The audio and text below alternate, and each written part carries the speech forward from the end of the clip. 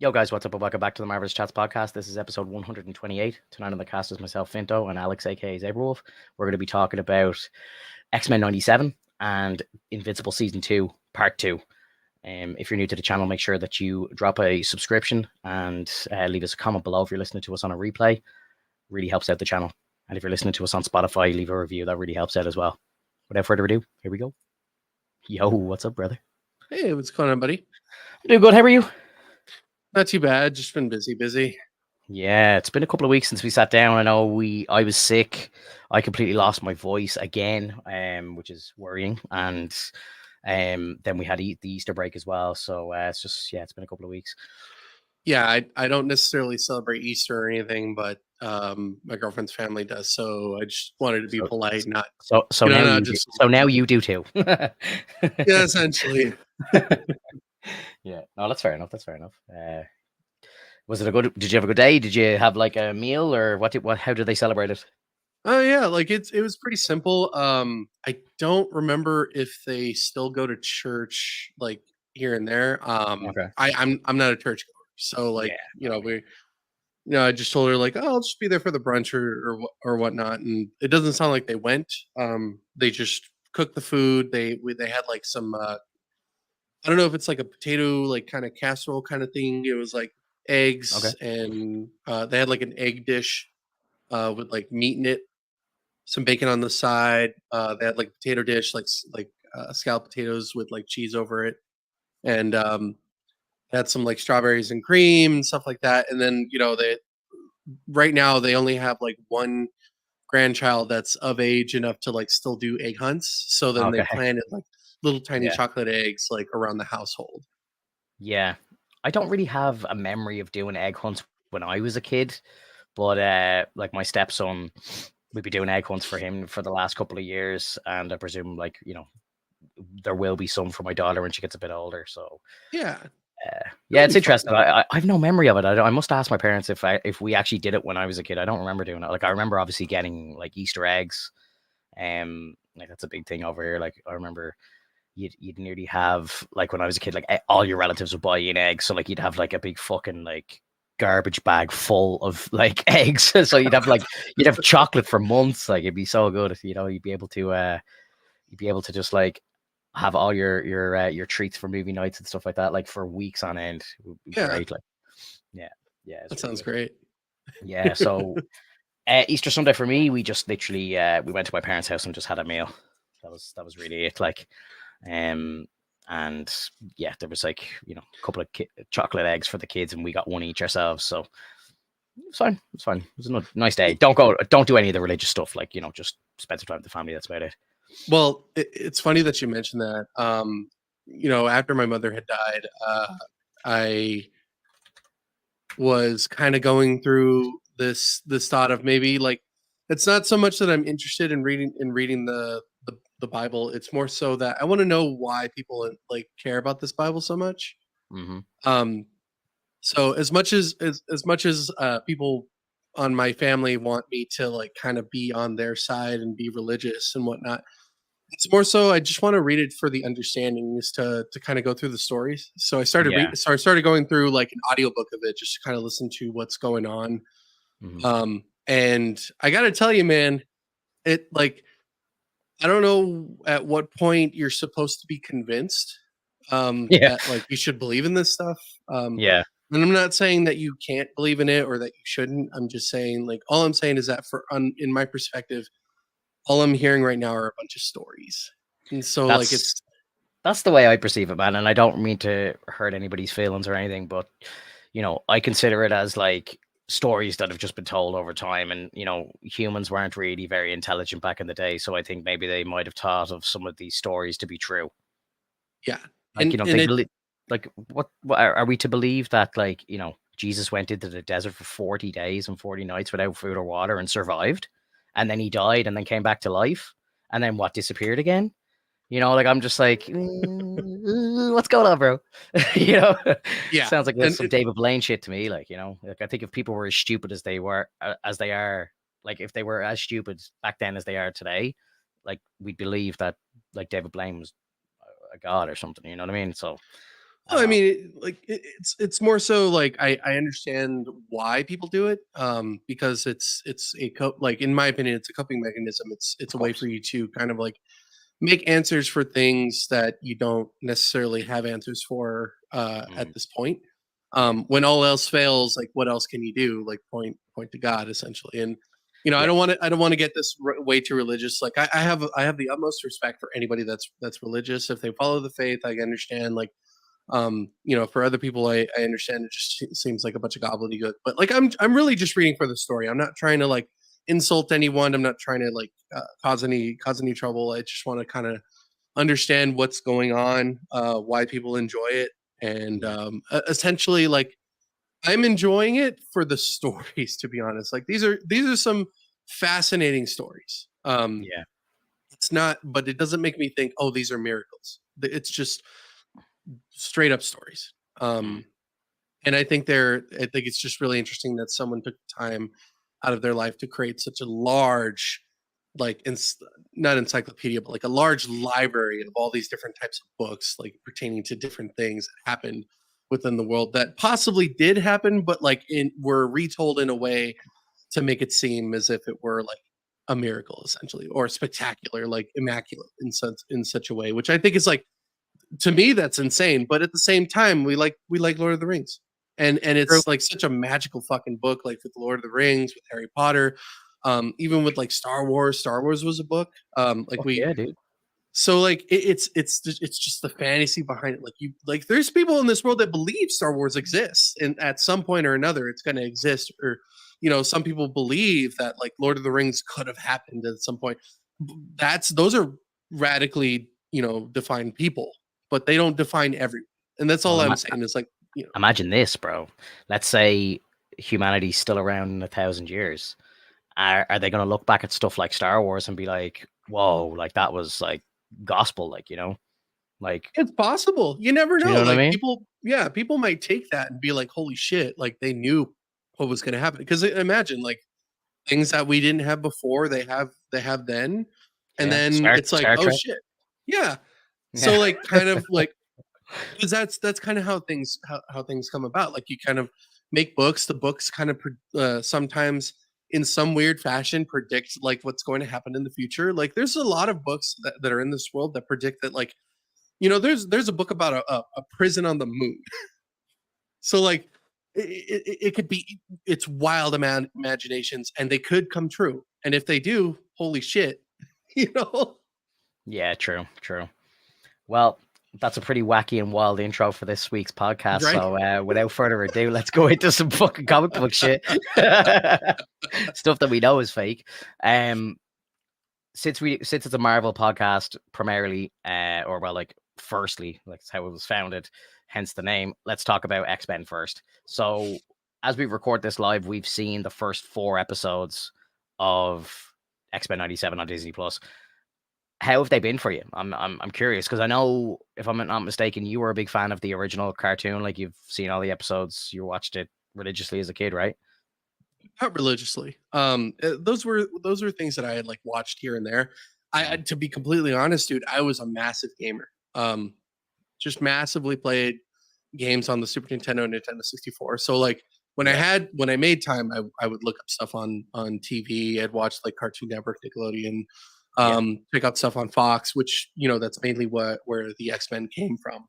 Um, but like the show is like the original show is awesome. It's fantastic. It's very fun to watch.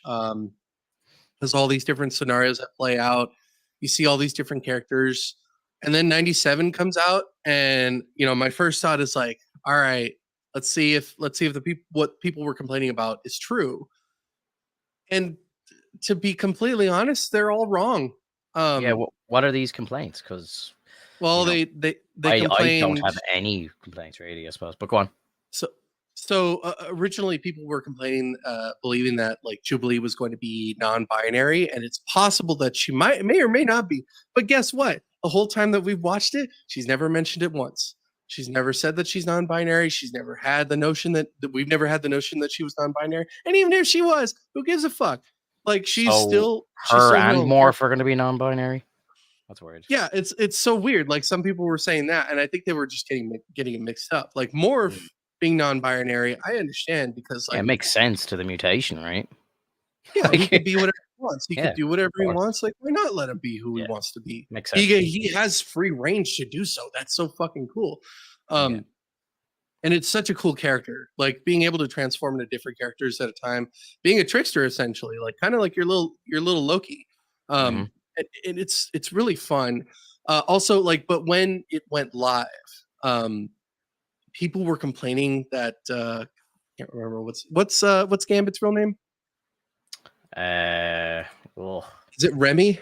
yeah, Remy Yeah, it's LeBeau Remy. or something, right? Yeah, Remy LeBeau. So people saw Remy like in like a crop top with his hair up, kind of like Yeah, in shorts and whatnot. And people got pissed off about that. Like, there's friends of mine who literally got pissed off. I'm like, bro, yeah. this It dude's was cam, 90s, this bro. dude's cam.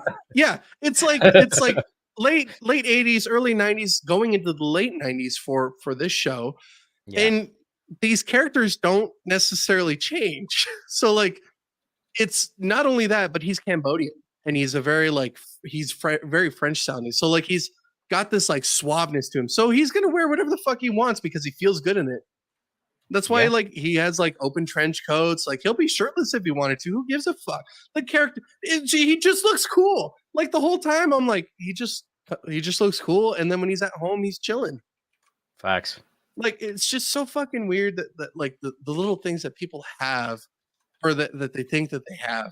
They're like, "Oh, I got you, show. Like you're doing this, and this is bullshit." It's like, no, like the whole time during the episodes, nothing. I've seen nothing that's remotely push it into the realm of like this. This is stupid. Yeah, like I've seen some people like giving out about like X-Men being woke. It's like it has been the entire time. It's the whole fucking point of the show. It's the whole point of the comic books. Like, that's what it was created for. Like, you know what I mean? So Yeah, it's like the wokeness about thing doesn't equality. it doesn't really count in this situation. Like yes, there's a woke agenda in Hollywood, of course. Like we all know this. Like, but X-Men doesn't really fall into that category. Like, so yeah, people need No, to calm down, bro. They really do. Like, for me, the show has had an incredible start. Like I was blown away by episode one. Like I couldn't believe it. Like, and I haven't seen every episode. I dipped in and out of the show when it was on. I was always much more of a Spider-Man fan. Uh Dipped in and out of like the Batman animated series. Was like, haven't seen every episode of it. Probably never will.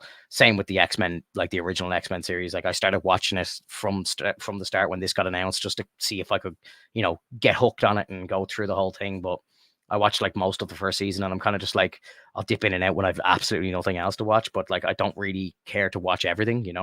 right. But this series has been fucking fantastic, and even for somebody like me, and I wouldn't even really consider myself a fan of the original, it's just been really, really well made. And, there's a lot of people saying, this is exactly what Marvel needed. Like, Marvel really needed a lifeline, and this seems to be incredible, very well received by the vast majority of the fan base. And it seems like it's an important step for Marvel and should be really them taking notes as to, okay, this is very close to the original content or the source material, as you would say, and everyone is eating it up. So, let's do the same with Daredevil. Let's do the same with the next round of movies. Like, you know what I mean? Like Right. this is the biggest, like, spotlight, up in the air, like, pointing home, pointing north. Like this is it. Like, this is what the fan base want. Give us this in droves, and everyone will just come flying back. And like this is a very prime example of how the fan base hasn't gone. It's just sitting there waiting for the good content to return. Of course. And Yeah. when you really watch the show, like they put a good amount of faith and like devotion to exactly like what you're looking for. Yeah. And what I mean by that is like after like the moment after the episode where Charles is like considered passed away, which like at this point we could say whether or not like he comes back in the comics, and of course like people come back. That's what a lot of comics do is like bring them back. So for all we know, he's just gone for a while and he'll come back. But putting the pressure on Gene and Scott at this point was awesome. I thought it was a really good move, like for the show, because it was like, holy shit, like they might have to take over. And I Mm. know that like the idea was like we already know that Magneto was going to take over, but like, can you imagine even if Magneto had showed up, you'd have been like, hey, even though I'm taking over, I need you guys to take the helm, and Yeah. like but like, and then adding that Jean is pregnant, but it's like it like it pushes this in the direction that I want it to be, because now we're getting into the point of what happens later on within the comic series, because in the original series we see, after I think a couple of episodes, we see that they run into Cable. um Mm. so they run into Cable helps them out for a bit, and then he takes off, essentially. So when we get to the point where Jean actually has her child, calls him Nathan Summers, everybody knows that's fucking Cable. And not only did they do that, but they did it with the legit clone of Jean Grey, which I thought was fucking phenomenal, because it was just Mm. one. It's like, oh my god, they're trying to go like really close to the comics as best as they can. It's so fucking cool, because like then he's taken up by like Mr. Sinister, Mm. which I don't remember if it's Apocalypse or Mr. Sinister that actually causes the techno virus to Nathan, but eventually he does get the virus. He has to go into the future to get a cure, essentially, but like it's inhibiting his ability to be powerful like his parents.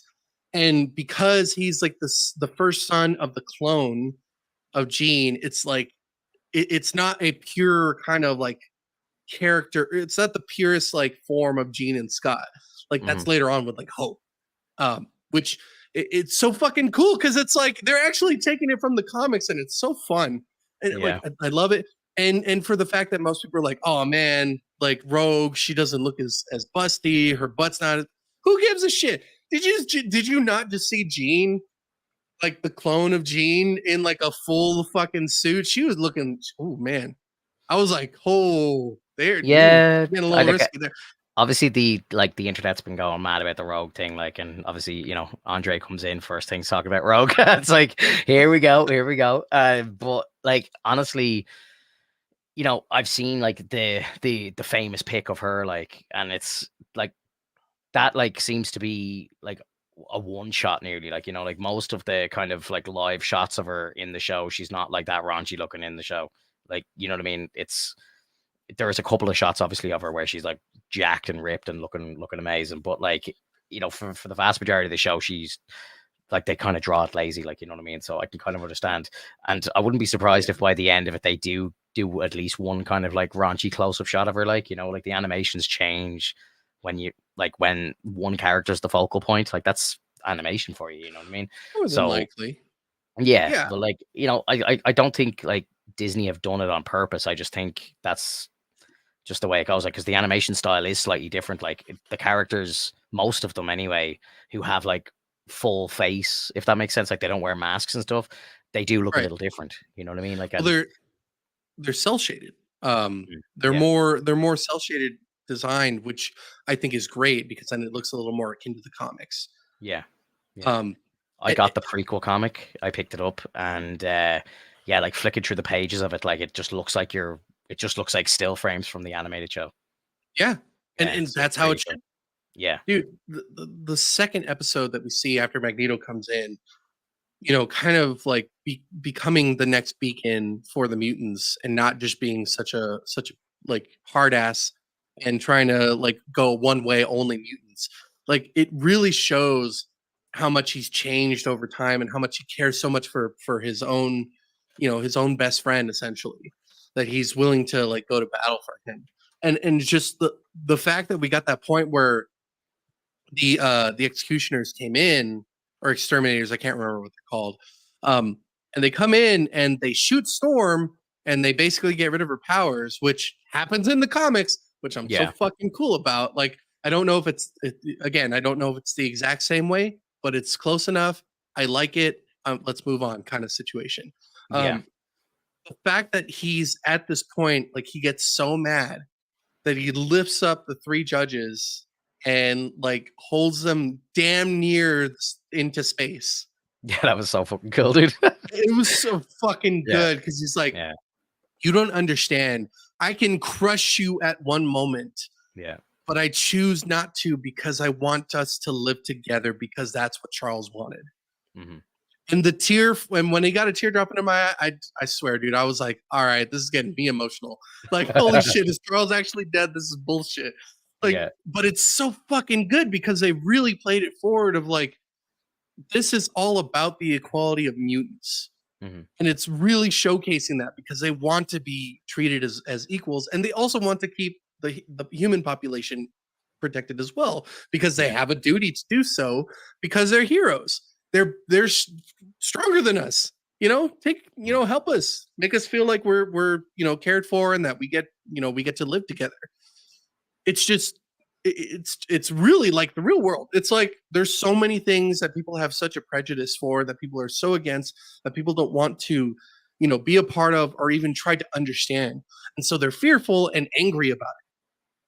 And it plays out so well because that's exactly what happened in the fucking original show, and it's so fucking good because of that.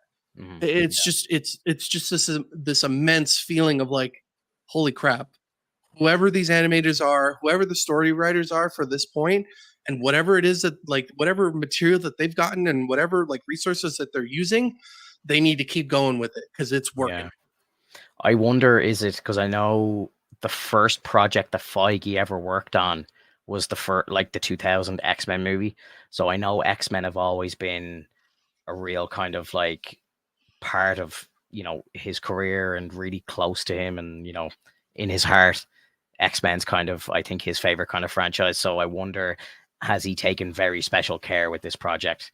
And from what I hear now, maybe they might be trying to implement the X-Men a little quicker into the MCU now, because it's actually crazy. Like, they got the property like 6 years ago and they've still done nothing in live action with it yet. I know Deadpool 3 is coming very soon, in a couple of months' time, like 3 months' time, we'll have Deadpool. But, apart from that, like, they haven't really utilized the X-Men at all. And it's been 6 years. It's kind of crazy. So, and It I could don't be think they legal were waiting. business, I don't think they were waiting for this, right? So, It could have just been legal business that they had to go through. yeah. That still a lot of the assets that are probably under the name that they probably Yeah. wanted a little bit more money left on the table. And then once they got all that settled out, they're like, all right, so the first thing we could do is animation, Mm. which I've been saying this over and over, like they need to just stop doing movies for a while and just do animation for a bit, or maybe do a movie every 3 to 5 years, so that we can get built up, get to a movie, and like enjoy the movie. Because clearly they don't have like a proper roadmap anymore. They're just kind of winging it. It's like with World of Warcraft. Like after they finish so many different stories that they've already established within Warcrafts 1, 2, and 3, they essentially ran out of shit to do. They're kind of playing it by ear now in the Warcraft universe, from what I understand. And so Right. like I think they're rebuilding the roadmap. They're trying to redo this all.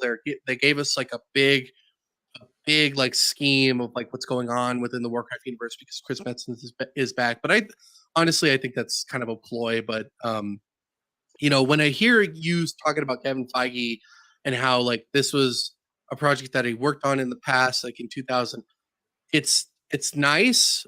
But I also hope that the people that are working on it are just as compassionate about this as him.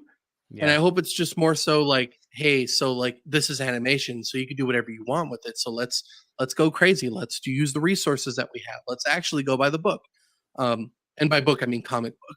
Like Mhm. just really give it a shot and give see what that does. And so far it's doing well. I hope that if Feige pulls off of this project, or if he already did, that the writers and storytellers can continue to do what they're doing because it's working. It's working. Oh, I think the fan like reaction, or acceptance of this show has been so strong that they would be stupid to kind of take the people that have been working on this and doing good work. They'd be stupid to take them off it and put them onto something else, or just not rehire them or whatever. I think they need to double down now. Like I've seen a lot of kind of behind the scenes stuff coming out in the last week or so about like Daredevil and stuff, and I'm very excited. It looks all great. I think a lot of the stuff that we've been talking about for a while now is coming into fruition. Like, and it's going to be really interesting. I think they've got half the season fully booked off. I don't know if you've seen like, but there's like behind the scenes photos of like Bernthal as Punisher, and he's covered in blood and everything. I'm just like, oh yeah, baby, here we go. This is the stuff. Yeah, it's fucking epic, bro. It's really really good. So I'm Yeah. very very excited. So, I really hope it's what we need it. Like we really do. Like, and again, just like this, it's like, follow the source material. You have 3 seasons of a show that was on Netflix, which you've now made canon in the MCU, which are bulletproof. 10 out of 10, in my opinion. Just keep going. You have it there. Just continue going. Jump on the train. Just go to the next stop. You know what I mean? Like, it's like, there's no need to reinvent this. There's no need to let people come in and try and put their own spin on it. And I want to write my own thing now. It's my turn. No, it's like, this is what worked. The cast is all there. You know what I mean? Just keep going. yeah, Just do it. and I totally understand that. And I think that you're completely right. When it comes to people that want to be creative, there's a time and a place for that, and that's your own fucking story. If you have a problem with comic book history and you want to try to change it because you think you're creative in all your glory, like, by all means, make a brand new story. Take some of the stuff that's from like whatever it is that you prefer and the resources. Make your own different names. Make your own setting that's similar to that because they've done it before. The whole idea with George Lucas and Star Wars is that it was kind of it was based off of like what he saw in Dune and what he read in Dune and like all the stuff that he understood from that. So like it's it's clearly like you take some of the material and just make your own shit and try it. See what you do. You might come out with a brand new franchise that everyone's like, "Holy shit, this is way better." You never know. But don't squander like all the original shit because that's still original stuff that needs to be told, that needs to be said.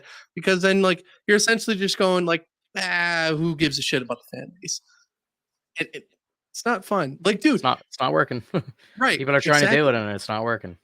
Yeah, dude, did you saw the most recent episode of Xmen, right? Yeah. I'm up to date. It's fucking Montando. That shit was fucking fun. Like, I love that. Like, dude, it was one of my favorites because yeah. I just wanted to say, I know you've never heard of Mondo. Yeah. That motherfucker is that's a left field fucking villain, and I never expected them to go into that.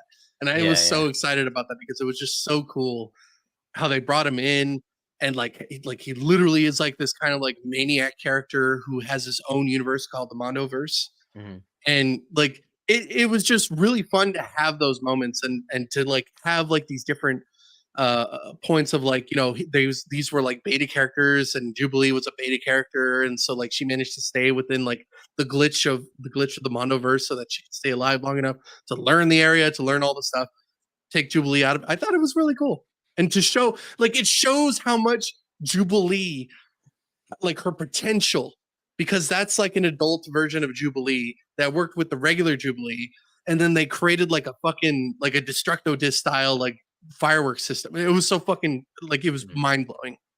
Shit was so cool. Episode 4 was kind of my least favorite personally. But again, I'm not a bad X-Men expert, so I don't really like know the ins and outs of these tiny these tiny little villains and stuff like that. So I think if I was a big fan, I probably would have got the reference and would have enjoyed the episode a bit more. But what I did like about it was like how they went into like the 8-bit game and all. It looked fantastic. Like, again, shout out to the animators and all. It was perfectly done. Story wise, it was kind of the weakest episode in my opinion out of the 4 so far. But still enjoyed it. I still really enjoyed it. Like, I'm very blown away by how much I'm actually enjoying the show. Because again, as I say, a lot of these characters have no real input. Like, I don't give a shit about Jubilee. I'm sorry. Like, I hardly know her as a character. It's because she's young. No, but it's not. I just don't know the character, so I don't care. You know what I mean?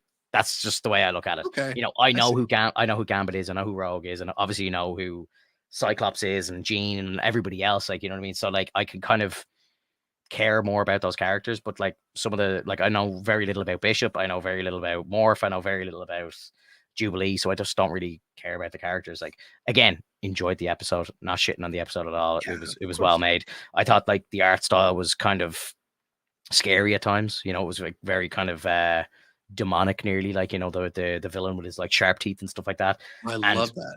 to go back to episode 3, we didn't really talk about episode 3, but like the Mr. Sinister episode was very dark. And that was really cool to see. Like, I was sitting back, kind of taken aback by it a little bit, kind of just going, oh shit, like Disney are they're going in here, like, you know, like, and it's pretty dark for an animated series, which I'm obviously all for, like, which is great. Like, you know, I don't, you know, I'm a grown man. Like, I'm not really pushed towards like childish content anymore. Like, you know, I can understand its importance, and it's just really not made for me anymore. But like, I really feel like this doesn't feel like a Saturday morning cartoon. You know what I mean? It seems a little more Right. mature, which is great for me. But you know, I feel like the kids can still enjoy it. Like, Of course. yeah, yeah. Like, I think like my kids like would be. I don't know if they'd be ready for some of the episodes. You know what I mean? Like the Mr. Sinister one was like a little dark at times. Like, you know, where the bit where like Rogue melting into Magneto and stuff. Like, I think that would kind of take them back a bit. Like, you know, and stuff. I'd kind of just be like, it's okay, it's all right, buddy, relax. You know. So I don't know, but I loved it, obviously. And then, funnily enough, because I know I've talked about this before, but like my missus isn't into anime at all. Like, she liked Batman animated series when she was a kid and stuff like that, but Mhm. she would never sit down and watch an animated show. But she came into the room when I was watching episode 2, and she kind of sat down with me for a few minutes and was kind of half paying attention to it. And the bit at the end of episode 2, when the Gene clone came in, she was kind of like, "Whoa, what's going on?" Like, she kind of got roped in, like, you know. And I was just like, "Hell yeah!" I was like, "Here we go." I was like, "This is epic!" Like, you know. She didn't watch any of the other episodes, but yeah, it was just I got a good laugh out of that moment, because like that'll show you how good that moment was, because like it clawed her in and she has zero interest. You know what I mean? So, that'll show you kind of how good that moment was. But yeah, Yeah. as I say, really, really, really impressed by the show, and can't wait for the next episode. Do we know how many episodes are going to be in the season? I think they're I splitting it into really 2 seasons, right? Yeah, I think they've been greenlit for a second season. As far as I know, I'm not entirely sure how many episodes we've got left. Yeah, Um, I'm gonna check this. I don't know why I asked the question. I could just simply check whilst we talk. well, I mean, I'm hoping that when, like, since they're doing like 30-minute episodes, that they double up on whatever it is that they're doing. I would say like at least a cool 20 would be Yeah, great, but um, it's 10. I'm sorry. hate, uh, hate to burst the bubble, but it's 10. yeah, that's Um, that's rough. Like, it's an animated series. It should yeah, continue. It should be in continuous form for at least 20 episodes. Like, I, usually I a think good I a good I season's think that's 20. what they're gonna do, but they're gonna do it across 2 seasons. Gotcha. Yeah, so like I'm looking at like some of the ratings. 8.4 for episode 1, 9.1 for episode 2, which I absolutely agree with. Episode 2 was Oh probably my yeah. favorite so far. It was incredible. 8.7 for episode 3, yeah, another banger, and then 7.3 for episode 4, which for me very much lines up with how I've been viewing the show. Episode 5 is coming out on Wednesday the 10th. It's called Remember It. Then we've got Life Death Part 2. Maybe there was a part 1 in the original series. Don't know. Well, because they're dealing with the adversary right now, or Oh, okay. adversary. Mhm. Yeah, because Oh, Storm needs to get sorry. her powers back. Sorry, yeah, no, it's sorry, the episode 4, the one we just watched, it was kind of split into 2 episodes. So Right. you know, the Storm part they're actually calling Life Death Part 1. So there's obviously the second part of Storm's story, which is great, because obviously you want to see what happens there. Episode 7 is going to be called Bright Eyes, and then you've got 8, 9, and 10, which is Tolerance is Extinction parts 1, 2, and 3. So I kind of like the way the Mm. animated series do a kind of long arc, like the Spider-Man show used to do it all the time, and like even the X-Men show, they would do it all the time as well. Like, they'd start telling like a comic book arc in the story, like, you know, they did like Secret Wars and Spider-Man 94 cartoon and stuff. Oh yeah. I like when they start doing that, because it lets you kind of get into a proper story, whereas, you know, a lot of the time it's quick 20-minute stories, like one shots, and then they're on to the next thing. So it's nice when they actually start building up a proper continuous story. Like, Right. So when rewatching the original X-Men, there are moments where there are two stories going on at the same time. And mhm, so what they did for episode 4 was essentially just split them off as one part for each within the episode, instead of having it continuously happen. mhm. So, like, it could have been that, like, oh, we could have had Storm working on her stuff, and then it goes back to like the Mondoverse with, Jubilee and what was his name? Is it Rodrigo? I can't think of his name. Yeah, I can't remember his name either. They don't say his name that often, so it's hard to yeah, remember. yeah. Um, but it seems like he has like maybe heat. Is it heat? I'm not really sure what his ability is. He kind of turns black or whatever, bubbly or something, doesn't he? Yeah. I don't know if I it's like like, radioactive or something. I'm not exactly sure. Someone in and the I chat know tell us, guys. right. Yeah, Yeah, and help us out. yeah. Quit having us guess. But like, but at the same time, making it like having us guess is also really fun because then you're like, oh, okay, so is he going to be a notable character? Like, I don't Mhm. know this character that well. If he is in the comics, then I probably don't remember him that well. Yeah, Um, but just having him there and having him afraid to put out his powers because he's so afraid of like letting his family down. That's the whole point. That was basically the whole point of like the X-Men is like they're always worried that they're going to make their family hate them or like yeah. disown them. There's shame and yeah, that's what it's always kind of about. Like, yeah, that's what makes it great. That's what probably Yeah, makes a lot of people relate to the X-Men because a lot of people probably think that in real life. Everyone has right. like phobias and all this sort of stuff, and yeah, that's what makes it magic. Exactly. And I don't follow Storm that well. Like she's not my favorite character, but she's still pretty cool. Mm. I don't know Forge that well either. So like this will be a new one for me.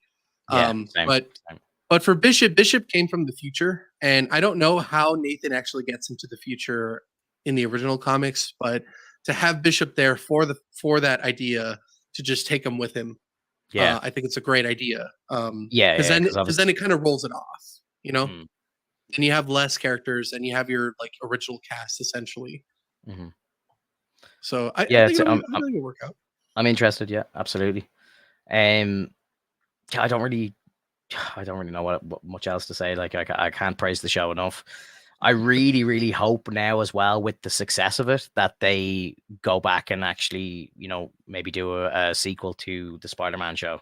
Maybe they do like Spider-Man 98 or something and just kind of keep going because I think a lot of people, as much love as the original X-Men show has, I think arguably now I might be wrong, but I think arguably the Spider-Man show has even more a bigger fan Oh, base.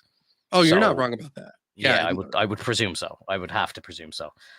Like I don't know anybody that didn't watch that show at some point. You know what I mean? Everybody tuned into that show. So if you think like that, if this becomes a success and if they can actually successfully, get the original actor back to voice Spider-Man again, which I'm sure they can, you know, do like Spider-Man 98, I think it would be an absolute monster of a success. Especially if they yeah, just do the same thing as they've been doing with this show. They know it now works. You know what I mean? Just keep going. Yeah. of course. Yeah, I completely agree because like no matter what you're looking at, to be completely fair, out of all the Marvel characters, the most notable, 100% hands down, is Spider-Man. Oh yeah, It's he's the Spider. most. Isn't he the like officially like in the world like he's the biggest like pop culture like marketable like character of all time as far as I know. Like he Yes. sells the most merch worldwide ever, like Yeah, billions per year, every year. he's just a really cool character. He's well designed. He has like he's all around just a fantastic.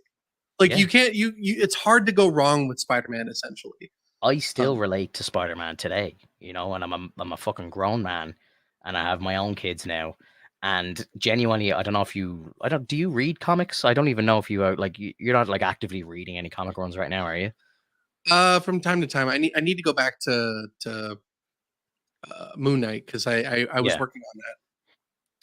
It's always hard to kind of find jumping on points for stuff, but there's a Jonathan Hickman run of Spider-Man at the moment called they've kind of restarted the Ultimates, and Ultimate Spider-Man #1 came out there maybe 3 months or about a month ago, maybe a month and a half ago, and the story that they're telling is that heroes across this universe or whatever, or across multiple universes have not for some reason not become who they were meant to be. So this version of Spider-Man's in his 30s. He's got a young family. I'm like, I relate to this. I'm like this too.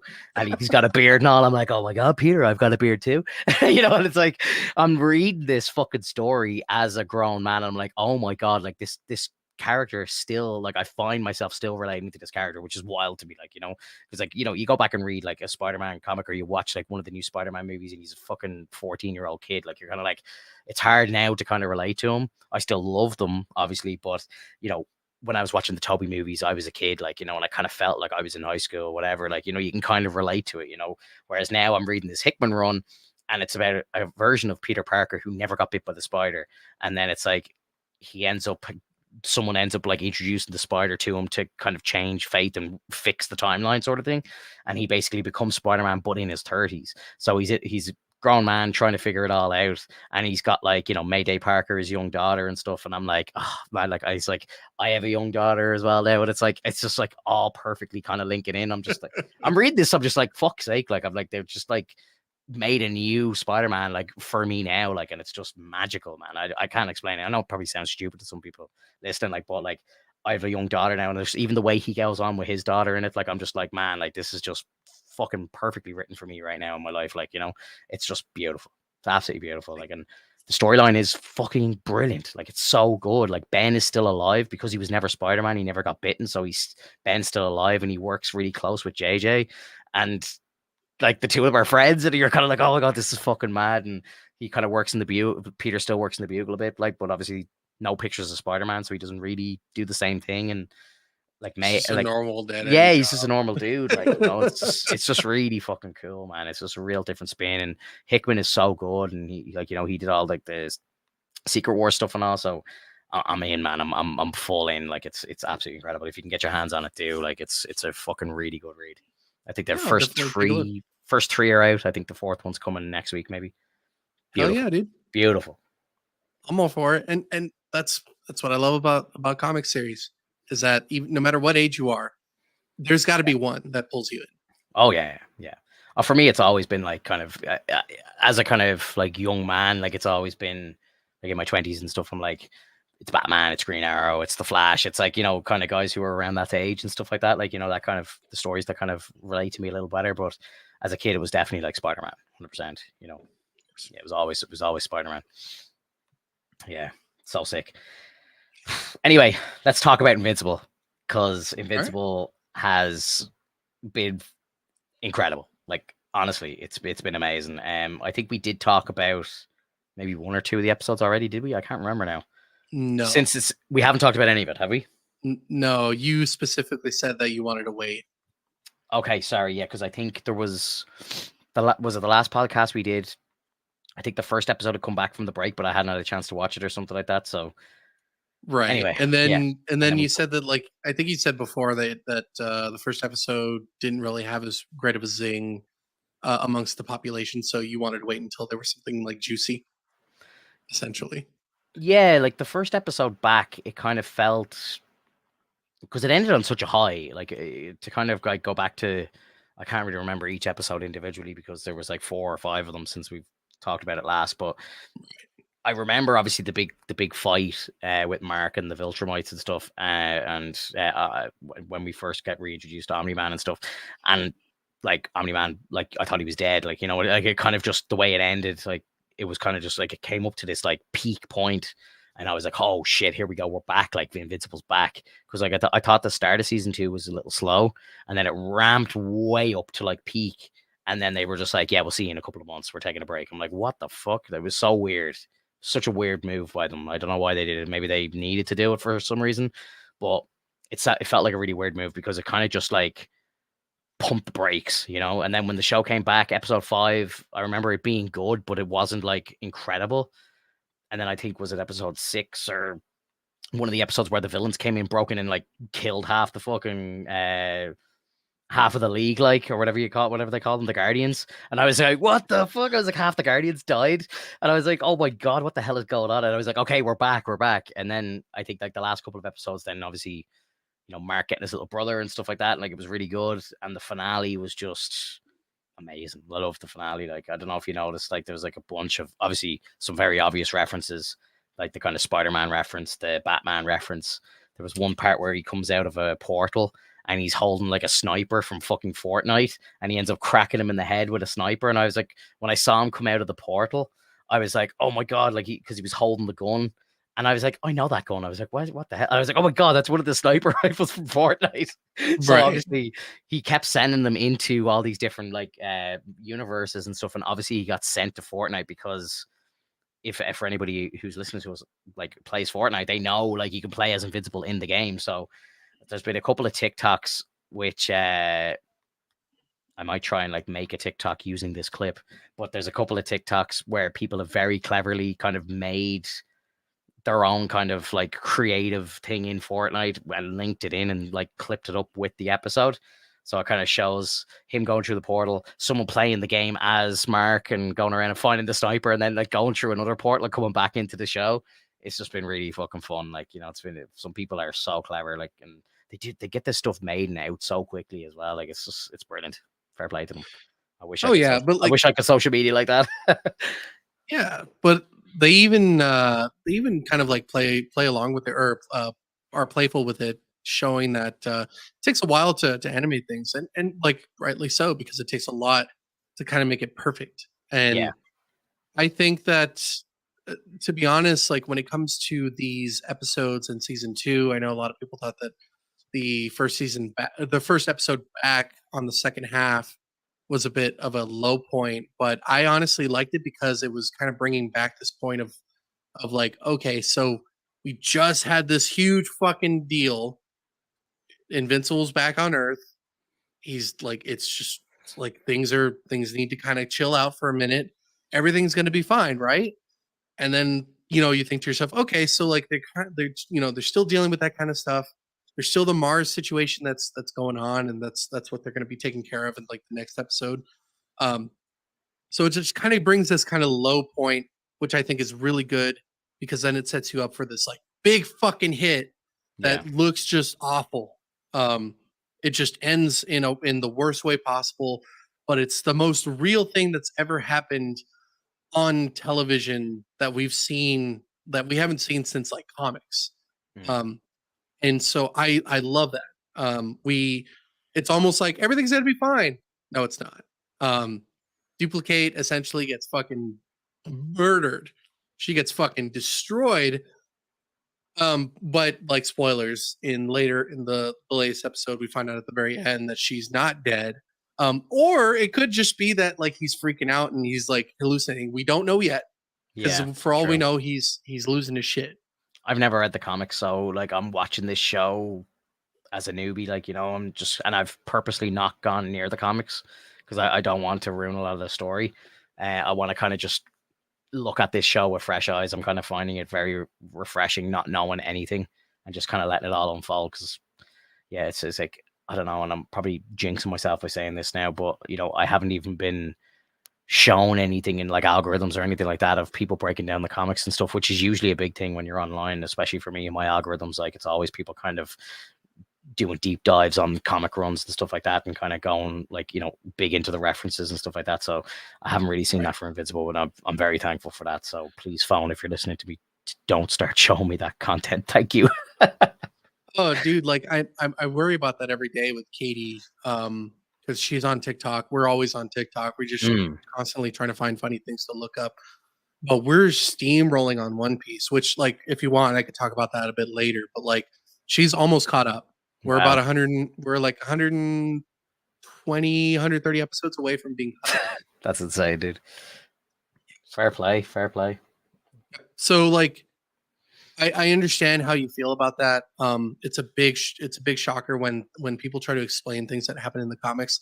Like for Yeah. the longest time with the boys after the season when it was over, people were trying to explain things on YouTube in their Yeah. YouTube shorts on how Homelander is going to die, like or how people are and characters are going to die Yeah. in the next part of the series, and it's like, Yeah. yeah, we know for sure that these characters are most likely going to die because they can't live in this world with that character Mm. forever.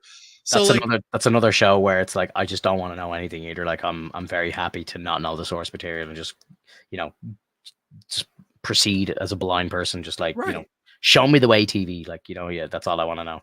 And that's right, again, it's another one again. I hope my phone doesn't start doing this, but I don't want to know. I think I saw something. I can't even really fully remember, but I know when I see it in the show, I'll be like, oh yeah, I do remember reading about that. It was something about Huey or something, or I heard something about like Black Noir's like true identity or something. I'm sure you might know what I'm talking about, but I'm like, I just don't even want to know this stuff. I'm like, go away. Like, I just don't want to know these things. Like, I just want to experience the season for the first time, Right. And but there are people in this world that want to see that kind of stuff. They Oh they yeah, they're yeah, no, driven they're it's driven on the massive, spoilers. massive, Well, massive, massive and it, thing for it. and so for you it shows, but not for you are games. You want to know everything about a game. You want to go through the trailers, you want to know the backstory, you want to know like all the things that are going on. So like when it comes to video games, you're quite the opposite. Where I'm actually on the other end. If I got a game, I want to go through it like completely blind. There's Mm. hardly anything I want to know about it. If a trailer comes out and I've already seen it and I've already seen like the previous teaser for it, I'm like, my hands up, I'm not gonna look up anything else. I'm done. Like Yeah, I already have this strong feeling that I'm gonna like it, and I pick it up and I do. So like I just go by my gut on that one. And those are previews for things to come, not so much things that are going to be full on spoilers. But if you mm, remember with The Last of Us Part 2, there were so many fucking moments where people found the footage of like what happens to Joel and like yeah. just There was a started leak. spreading. Yeah. There was a hack and a leak, and I actually didn't really. I think I can't remember. Did I hear something about Joel beforehand? But I do remember being really shocked when I played it. So maybe I didn't. But I didn't have my ear to the ground on the spoilers for that at all. Thank God, because I didn't know anything about Abby or anything like that. So I did experience it kind of with virgin eyes, as they say. But I don't know, man. Like it really depends. Like I don't if there's like a story mode game that I really want to play, I won't try and ruin it for myself, whereas like with like all the Marvel stuff that's 2 years away, like I'm like give me as much fucking spoilers as possible because I just want to know what's going on. I'm big on the movie side of trying to find out, I'm mad into like behind the scenes stuff, making of, I'm really interested in all that sort of thing. I think in a different timeline, I work in Hollywood somehow. You know what I mean? I feel like if I could get into that sort of stuff, I'd love to be behind the scenes working on TV or movies or something like that. Like, I really feel like I'd be good at it. There's no opportunities, or there wasn't any opportunities for it when I was in school here, really. Like, it was just something that people didn't talk about. It was kind of like a pipe dream thing. So it's just not something that was available to me. Whereas if I was a young man now going through school, I probably would be able to easier get into that industry. So that's why I kind of like really look into all the leaks and the rumors and all that sort of stuff because I love the process of making movies and stuff like that. Like, like I give a shit how good something does in the box office, which I know most people don't give a fuck about. Like, people are always saying to me like, why do you give a shit like how much money it makes in the box office? Who cares? Like, and I'm like, I care. It's like I'm just so into the whole movie making process that it's like when it comes to the end product and let's see how well it does in the box office. That's an important part of the movie lifespan. Yeah. Well, and if you didn't care, like we wouldn't be here. We wouldn't be talking right now. Very true, very true. Yeah, like I think I just love nerding out about this shit. Like, and I know there's a lot of people who like people coming to my gaming stream who don't listen to the podcast because they don't like spoilers and stuff, and I fully understand. Oh yeah. Like they won't watch this because they haven't seen whatever we're talking about and they want to experience it for the first time, and I fully respect it. But I don't know, man. I don't know how those people live online and don't see spoilers. You know what I mean? Like it's like we live in a spoiler world now. And there's been a very few times in like pop culture history that it's been acceptable to or like not acceptable to talk about spoilers, and I think Game of Thrones was definitely one of them. Everybody knew to keep their mouth shut online for Game of Thrones for at least 24 hours. You know what I mean? Like you had to give people that 24-hour window for people who weren't going to, especially on my side of the world. A lot of people wouldn't stay up till 2 a.m. to watch the episode live. So they'd have to go about their Monday, do their work, go to school, whatever they had to do, and then go home and watch the episode. So like Right. there was always kind of that like mutual agreement that nobody would kind of talk about it online, or you wouldn't like go onto YouTube and watch videos or whatever until at least kind of 9 p.m. the next night, like to give everybody a chance to talk about it. And then you'd start seeing people put up the memes and all that sort of stuff. Like, so that's kind of like the last time that I've really seen a kind of mutual respect of keeping spoilers free. But Mhm. I've always said to myself, and I truly believe this, like if something is very important to you and you don't watch it and you see a spoiler, you've nobody to blame but yourself. You know what I mean? Like, and Exactly. again, I'm in the exact, like, again, when like House of the Dragon comes back, I won't get a chance to watch those episodes until probably 8 p.m. on Monday, and like that's just because life gets in the way. But if I see a spoiler in between, I I would be kind of pissed, but at the same time, the episode's out, and I probably shouldn't be on social media, so it's my own fault. Like, I wouldn't be pissed off at the person for posting it if somebody on the west coast of America posted something and they had just watched the episode, and they're 9 hours behind me, and I read it 9 hours later, like my time in the morning. It's like it's my own fault for being online. It's always kind of in the way I've been at it. So I don't understand what, if somebody gets annoyed about, something's been out for a week or a month or 6 months and they haven't seen it and they get annoyed about spoilers. It's like, cop on, bro. You should have seen it yourself. Like, if you're gonna get angry about this, it's your own responsibility to go see it ASAP. Right. Exactly. Yeah. So yeah, like with that, like for those of you who are still watching, like when we go through all this stuff, when we go through Invincible and whatnot, like we're definitely going to go in depth. I don't think we're going to go like crazy. We're not reading the comics, so like if you're all caught up on it, there are no spoilers essentially. Yeah. So for those of you who are wondering, like, are they going to talk about things in the comics system? No, Yeah. no, because we don't necessarily like to. Yeah. We want to be kept in the dark as much as possible because it's an exciting show. Like, why would you want to spoil it for yourself unless you really had that irk to just go forward with it? Yeah. Yeah. Like, I saw a TikTok of some guy who like bought the entire collection of hardback books for Invincible, and it looked beautiful. Like, and the art looked amazing. I'm just like, oh, I want it, but I don't want to ruin the show, so I'm gonna wait. Like, I'll probably, when the show's done, I'll probably buy that collection, like, because it just looked amazing. I'm like, I want that on my shelf. It looks beautiful. And then I'd love to sit and read them and see what the difference was, because obviously there's going to Right. be some, maybe not a lot, but there's going to be some.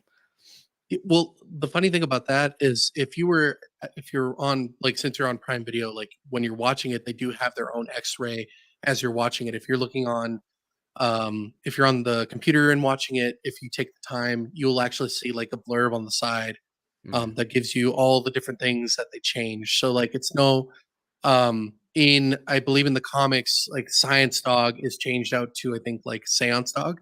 Okay. So that's kind of a difference that you see in there because I think they wanted to make it like a more akin to an homage to Doctor Strange. But in the comics, it's Science Dog. Yeah. It has no correlation to homages whatsoever. It's just it's different, which it doesn't do anything to the story at all, which I think is great. Like it just changes the character to be a little bit different looking. Um, I love that scene where he went to the con and he's talking to your man and he's like, "When's the next season out?" It's like, "Oh, well, animation is hard," and it's like, and then it's he so starts hard talking. because Yeah, you like yeah, really he's doing the. It's like, when he's like his mouth is off the camera and stuff, and then they yeah, do and like it's the like pan they out. really try to animate things like differently. Yeah. Man, that was so funny, man. It was so good. Very clever. Very clever. And then the pan out, you see like the crowd Yeah, of people, they're yeah, just yeah, standing there. yeah. It's just a still frame. It's a still shot. So funny, dude. So funny. Like, I loved that. Um, what do you think about, again, I don't know, disclaimer, I've never read any of the comics, so I don't know where the story goes from here. I've only seen what's been aired.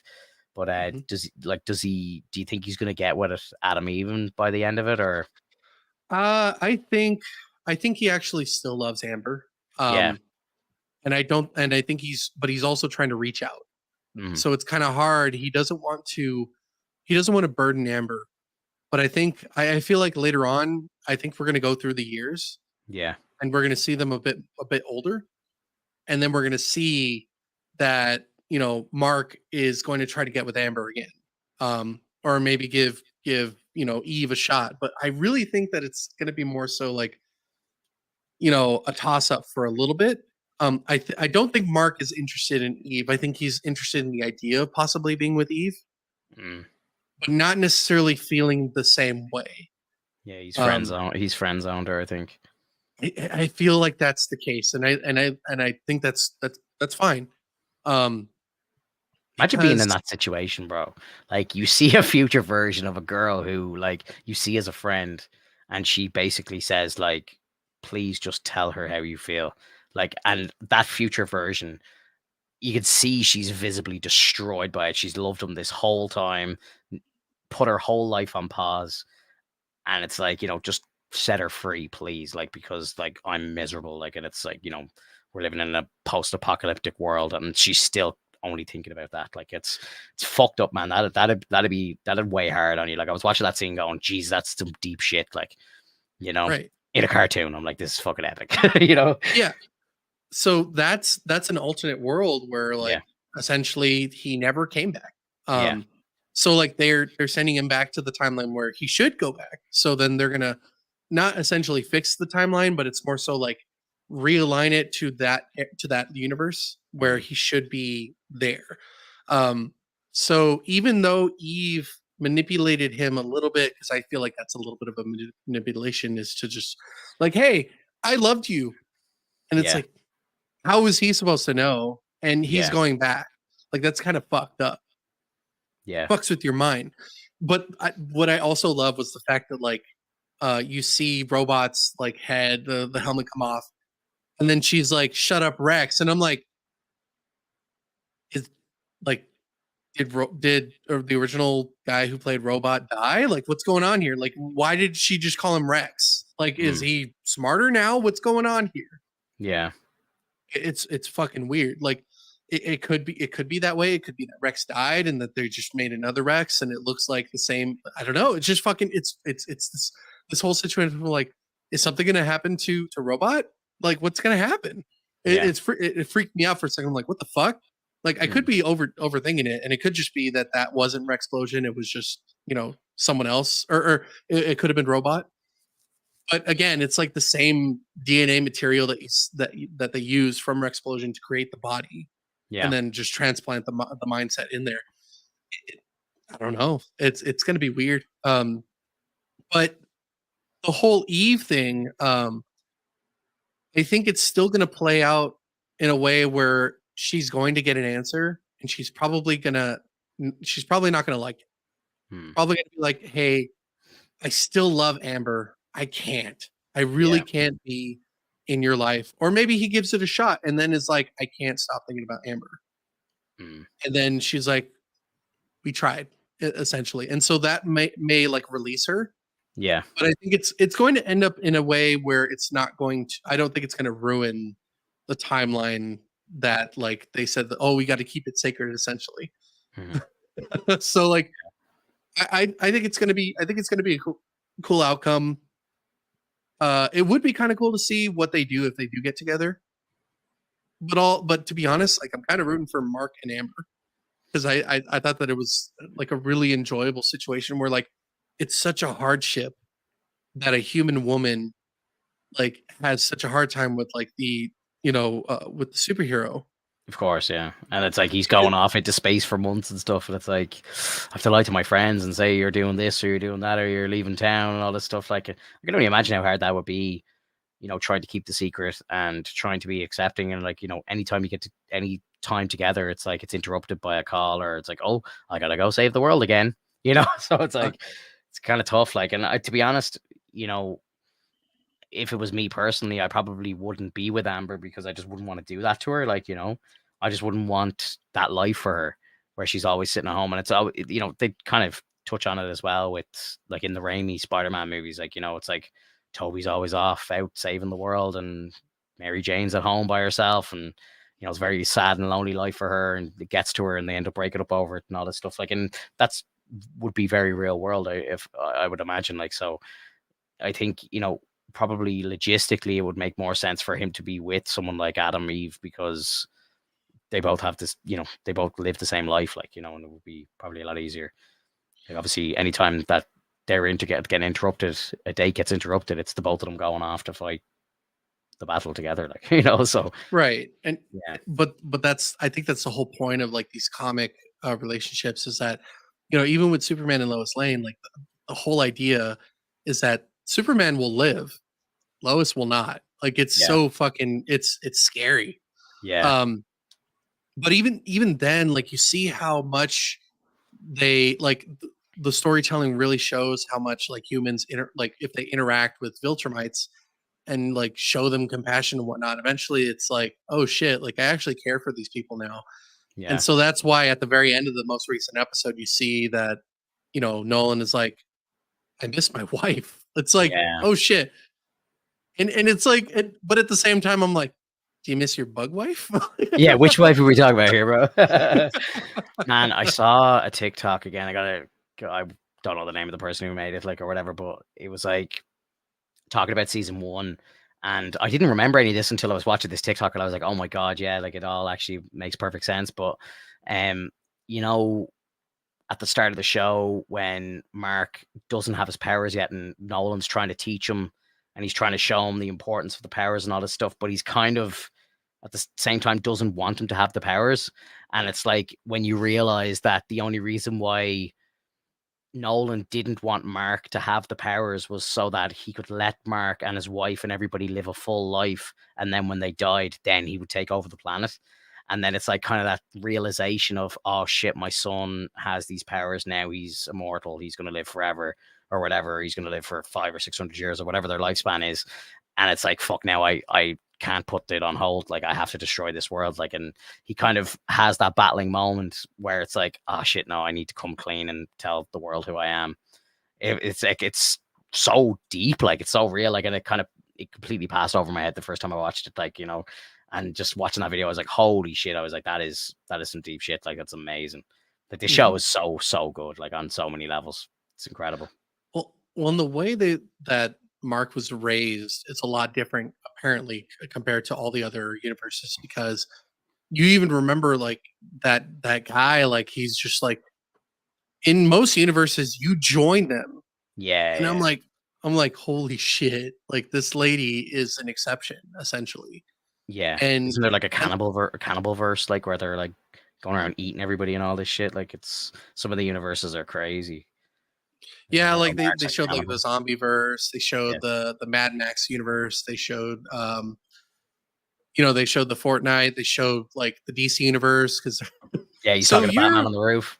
you wear a bat suit, Yeah, and and you're a and man. It's like it's a bit so on the that's nose, isn't it? yeah, like And like you see the side, like the little edge of the cape, like it was fucking brilliant. Loved it. And obviously, oh, the aged spider and stuff, like was obviously meant to be Spider Man, but they couldn't do it for legal I reasons. But I I love that. Like, Prof Huck, it oh, was you so mean on the Prof nose. Huck? Yeah.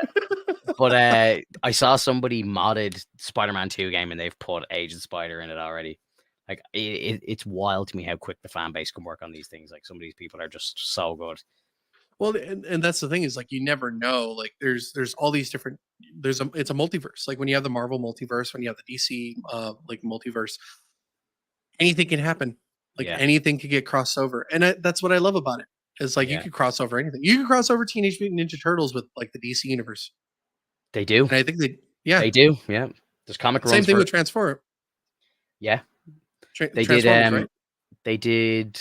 Oh, they like there's DC do crazy shit in the comic books. Like there's a run at the moment, um, the Justice League versus fucking Godzilla and Kong or something like that. Like you know what I mean? And like yeah, it's just crazy. And like like universes where like all of the Justice League are like dinosaurs or something. Like, it's crazy, man. Like it's really wild. Love it. Love it. That's so fun. I There's love too that many of stuff. them, man. Like, I can't afford to buy them all. Like there's too many of them, and they just start stacking up, and I just don't even have time to read them. Like I was trying when I first started collecting comics. It was like my comic book shop knew they had a good one when they got me, like because it was just like they keep sending me emails like, oh hey, there's this comic book coming out. It's a really cool run, blah blah blah. And they like are selling me stuff in emails, and I'm just like, yeah, add it to my pull list. Like, and like at one point, like I was picking up like maybe 15 issues a week. Like it's getting outrageous. Like and like I just at the start I was able to actually keep up with it, but like it's gone so far now that I have probably a stack of about 150 comic books that are in my current read list that I have to get through. Like, and there's just so many, and every week there's more added to the list. Like so it's wild, man. It's wild. But like there's always like special books that come in like that Hickman Spider-Man where it's like I'll read it straight away before I even put it into a plastic sleeve and try and like store it. Like I'm reading it like straight away. There's nothing going to stop me. It's oh epic. yeah, man. Yeah, bro. Love comics. Love it. Yeah. I mean, what do you expect to happen in the future of the show so far, though? Like, it seems like Are we done with the season? I think we have two more, right? We have two more episodes to go. No, it's over. That's it. Really? Yeah, the last episode, that was the season finale there with the Spider-Man one. Oh, that kind of ends weird. Yeah. Yeah, because like if you think about it, Alan the alien, like he was kind of building up to that whole kind of arc with Nolan, and then it just didn't go anywhere. Obviously saving for next season, but like there was all this talk about rebuilding him, and now he's like, more powerful than a Viltrumite and stuff, like, or whatever. They keep saying like he's like super powerful, and we didn't even get to see him fight. I'm like, fuck. I know they're trying to like keep us on the hook like for next season, but I think is it Robert Kirkman? He's the creator of it. He was saying in an interview that the plan, what they want to do, is they want to have a season a year of Invincible on Amazon Prime, whether that's like 6 or 8 episodes a year or whatever they want to do, but they want to have it. And if they stick to that kind of like format and length and so on, they'll have episodes of Invincible all the way up until 2032 if they stick to the comics and tell the story as was told in the comics. Right. So that's a lot of it's a lot of Invincible. It's like another 8 years of Invincible if they're going to stick on this trajectory. But the gap between season 1 and 2 was quite large. It was like what, 3 years? Was it 3? I think it was 3 years because we had season 1 Roughly. during lockdown. So 2021. So it's been 3 Yeah. years. So you know what I mean. If they take another 3 years, geez, we'll have fucking Invincible episodes in 2045 if that's the fucking case. If that's the plan. So hopefully they can start churning them out a bit quicker. But I was listening to somebody talking about this on a podcast, and they were saying, this show, like Amazon, who are, worth billions and billions, like there's no shortage of money in Amazon. Like, I don't know why they're not hiring like twice the amount of animators and putting like everything into the show. Like, this show is one of the best things that Prime Video have on offer. Like, there's a Mhm. very few shows that I think are just like global phenomenon hits like this. The Boys, Gen V, maybe, Reacher, a few of these like shows like are just like constant hits for Amazon. But like Invincible, like probably deserves twice the money that they're putting into it to try and churn out the episodes faster. Because as they say, if they have 8 years of content, you know, aim to do that. Aim to do it in 8 years. You know what I mean? Like Right. give us what we need. But that's the thing is like as long as it takes, it really shows how much they really trust this content Hmm. and how much they really believe in the content itself. Like if it were like just a ship it out kind of situation, we probably wouldn't get as spectacular of animations and design as possible. It'd Yeah. all probably be some bullshit. Well, I And think like if you double the workforce, you can put out the same quality but do it twice as fast.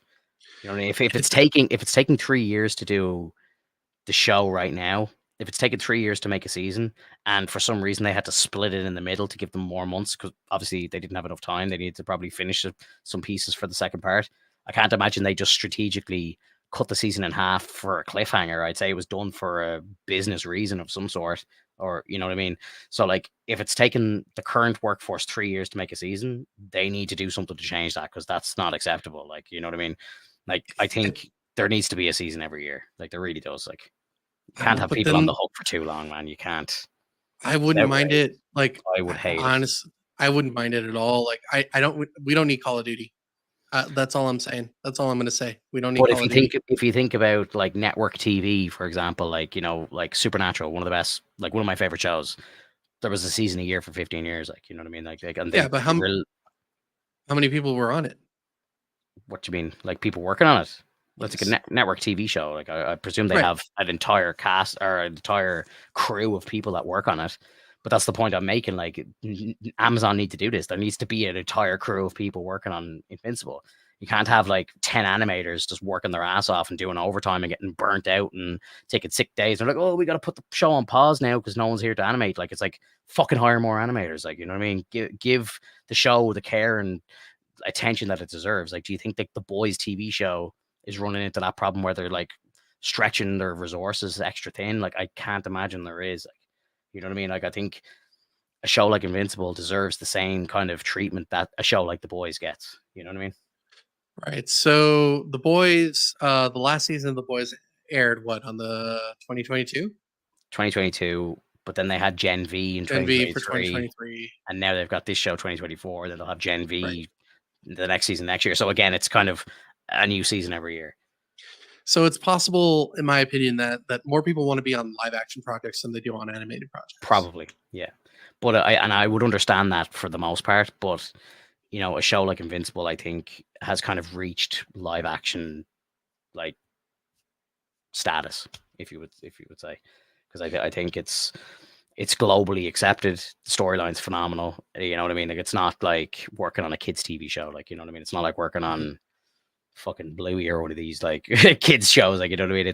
It's animation, yes, but don't you it's not. downplay Bluey, bro. Bluey is fucking global at this point. People I know, love that show. I know.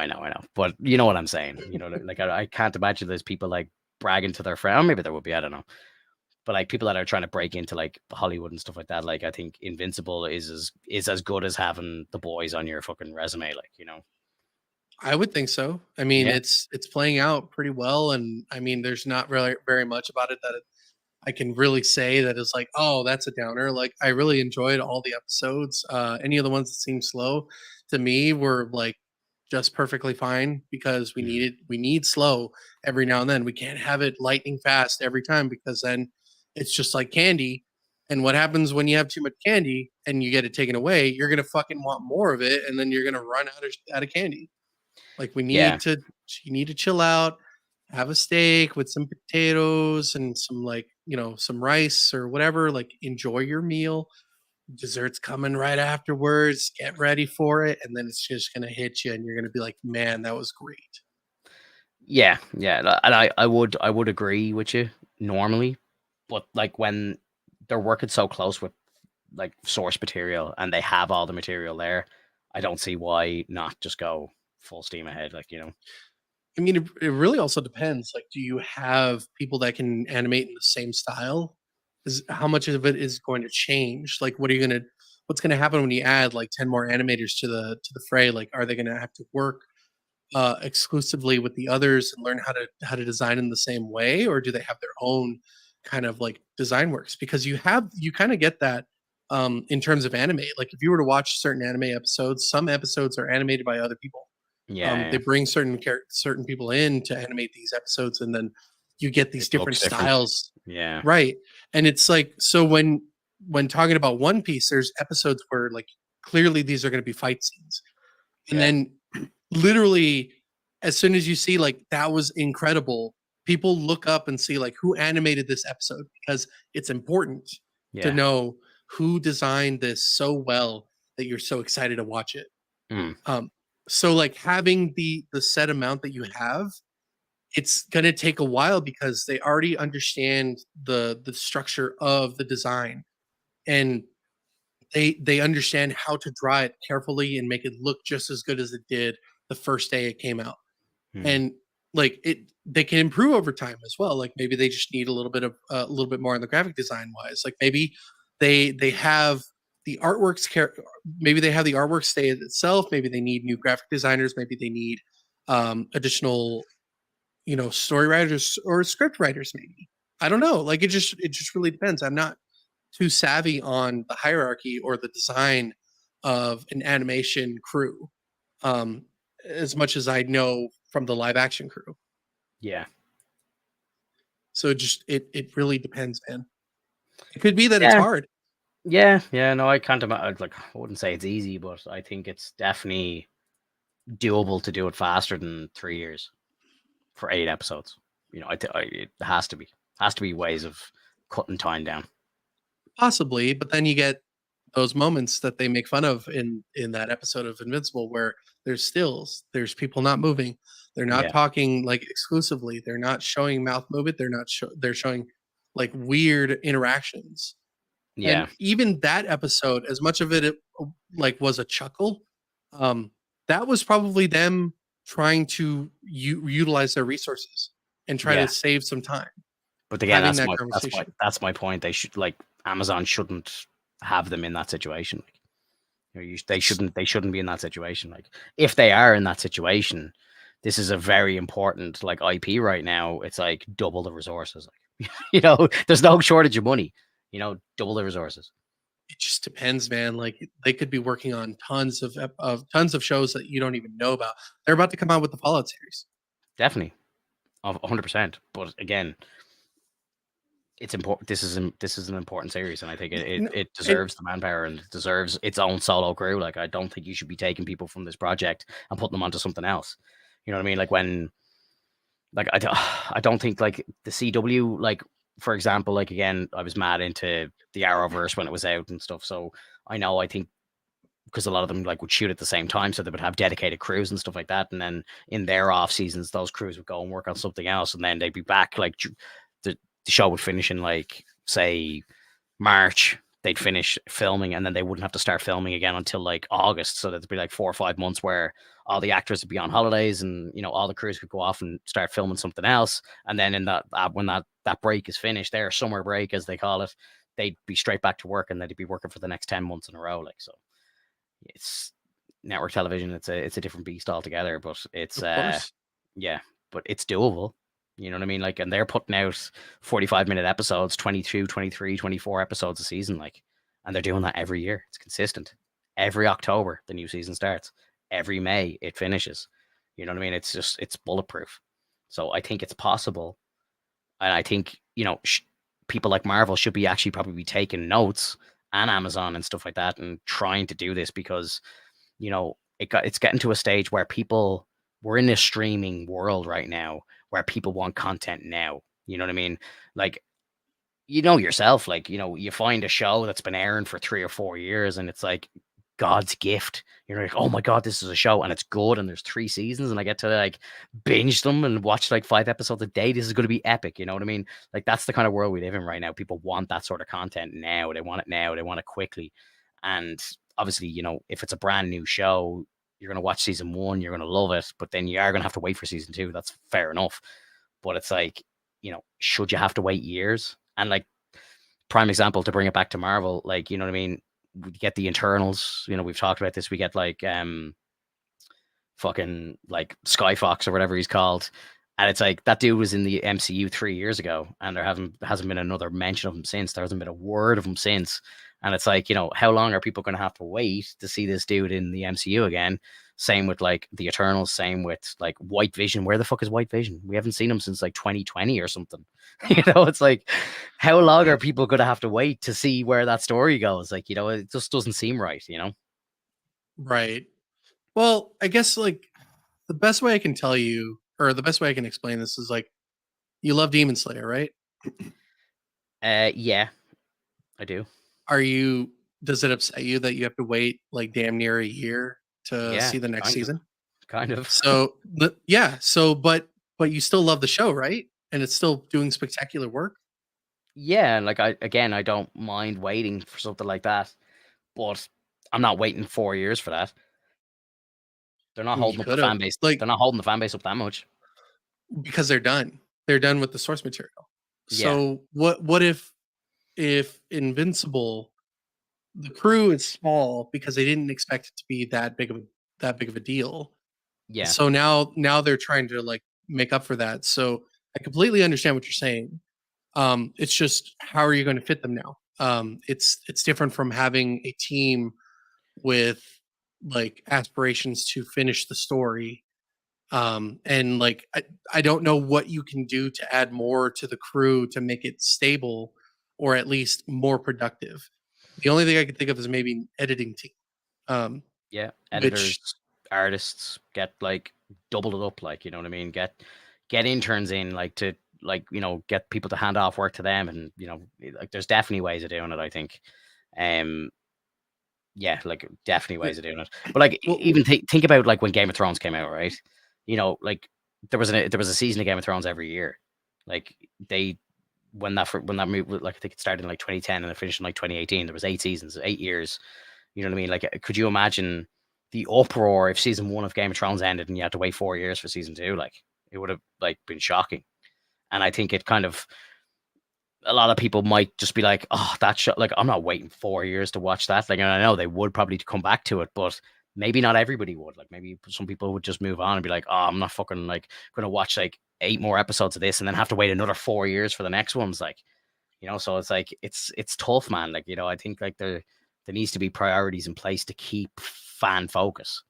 And like 3 years between seasons is just not it. Like, and I think the first season of Invincible was probably better than the second season, and I don't know if like the fact that they waited so long and then they decided to split it as well. I don't know if that maybe hurt the viewing experience for a lot of people. I'm gonna go back and watch the whole thing again. I think I'll probably like it better on a binge.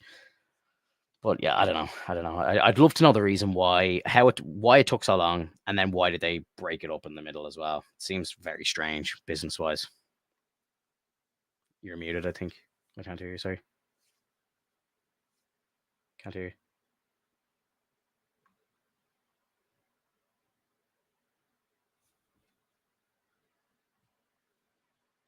Can you hear Weird. me? Oh yeah, you're Yeah, back. You're back. You're back. that was weird. It like all of a sudden decided to mute itself. No, that's weird. Man, I I was don't know scared. why. I was scared there for a second. No, That's no, no. It was me. okay. So looking at the seasons for the boys, they're sparse about 2 years in between. I understand that you have Gen V, and Gen V kind of like moves into uh the boys season 4. Mhm. But it's like the fact that there's a 2 year gap between season 2 and 3 shows that they really wanted to put more effort into what they had, Yeah. because season two was great. So Oh, they're like, let's get all of it's crazier. all of it's been great. Yeah. I wonder Right. when they were developing season 3, were they developing Gen V at the exact same time? Because like I think there's a reference to, I can't think of her name now. You know, the black girl who has like the blood powers. What's her I name? can't remember her name either. Marie or something. There's reference to her in one of the earlier seasons of The Boys. So I think that they had known about the characters and known that they were going to go into the whole Gen V thing. So maybe it was a strategic thing to spread it out a bit further to develop Gen V and move into Gen V like Right. quicker or whatever. I don't know. Well, and then you have to kind of take into consideration that the like not only is it animated, they're hour longs, so it Yeah, takes a lot more work to big time. develop that. When you have people on set, when you have props and whatnot, I feel like that's a little bit easier, especially because you can have so many people that are not writers and screenwriters, like story writers and designers and whatnot. Like you might have costumers and you have production crew, you have like casting crew and whatnot, but it's like it's a lot different because like you have to bring people in, so you need an immense amount of people to bring people in. When Of it course. comes to network television and animation, it's a lot easier because you've already established this network. You've already know that this type of group can work towards like continuous episodes, and that you can build an empire based on that. When it comes to Amazon, when it comes to Disney, they never had that, so they're building based upon like the hierarchy that they currently have, and so I think that's why it takes so long. Mm. um They're not really and doing the network kind of style of making of like filming and stuff like that either, which I think Disney have recently come out and I've said that that was a mistake on their part. They were trying to make like the Marvel shows like movies and then split them up into like episodic stuff rather than having like actual showrunners and doing strategic kind of like script writing for like network television sort of like. And I think they've right. decided to change how they're doing that, and they're maybe some of the newer projects that we're going to see down the line will maybe take a page out of like the network TV side of things, and it might work better on TV because like we've kind of talked about this before, but like watching some of those shows, it kind of doesn't make sense where they end some of the episodes, and like they don't really set them out properly. Like Echo, for example, like there wasn't really any like kind of cliffhangers midway through the show to kind of like keep you gripped into the storyline and keep you Mhm. wanting to watch the next episode. Like when you're watching something like Dexter or one of these shows where it's just like cliffhanger, cliffhanger, cliffhanger. Oh my god, I need to see the next episode. Like it's like, oh, we should go to bed right now, but we have to watch the next episode. There doesn't seem to really be any of that in Marvel right now, like in the TV shows and stuff. Whereas Netflix, I think, got it right with Daredevil and like The Punisher and Jessica Jones and all these shows. And I think, I'm hoping that when it comes around to those shows coming out, that they've really kind of learned that lesson and adapted that into the Disney side of things. Like I really hope so. But Well, and we'll and that's the whole wait and point of see. that's whole that's the whole point of comic shows too, like comic movies, comic shows, even comics themselves. Every single time you get a small story within a comic book, at the end of it is a to be continued essentially, Hmm. because they have a cliffhanger, they have things that they can work towards. Yeah. And to not have that for any sort of show, like shows need that Oh because yeah. they need to keep you going, like just like you said. And to not have that, that's probably why Echo was so rough for me to watch. Like Yeah. it was just like unbearable for a while. Like it was just like, all right, there's nothing going on. That's why I don't like. That's why it's hard for me to kind of watch What If. Like it didn't really matter to me. Like I didn't really care. It kind of worked its way towards a cliffhanger near the end of the second season, but it was just it wasn't as fun as it was. I would say even with the first season. Um, Yeah, the first season seemed to be more kind of like one-shot comic books. Everything like nothing was really connected, and each episode was kind of like a short, and it was just fun, and it was easy to like it was nice to just kind of dip into a world for 20 minutes and then leave and go somewhere else. That's the way shows a show like that I think should work. I unless you're gonna do like a proper like one story, like kind of like the X-Men story that we're seeing right now, like if it's like just one kind of story and it's split across 10 episodes or whatever, that's probably a bit better. But I think like the second season of What If started a kind of like a normal kind of multiverse hopper, but then it kind of tried to stay in one storyline, and then it right. kind of got mixed up halfway through or something. I kind of lost the magic of season one about halfway through season two.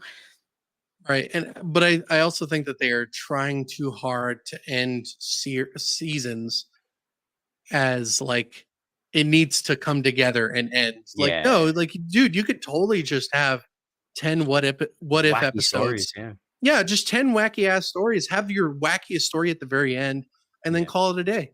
yeah, absolutely. That's the point of the multiverse, I would think. Yeah. Yeah. Yeah. There's literally a comic of like what if like Doctor Doom like what if these four villains were stuck in an elevator? Literally, what if these characters were stuck in an elevator? Yeah. Like That's how cool. silly that's silly. Like Yeah, yeah, it would just be conversation, of course, unless they decided to fight each other. But like that yeah. to me, that's fun. Like that could have been episode one. Like what if Doctor Doom, Modoc, like Kang and one other person were stuck in an elevator together. Yeah, yeah. Two heroes and two villains, and let them go Yeah, at it. that would have been cool. Like they just Yeah. kind of talk about their differences and like kind of come to an agreement. Like, okay, we're kind of looking at the same thing, but we still don't like each other.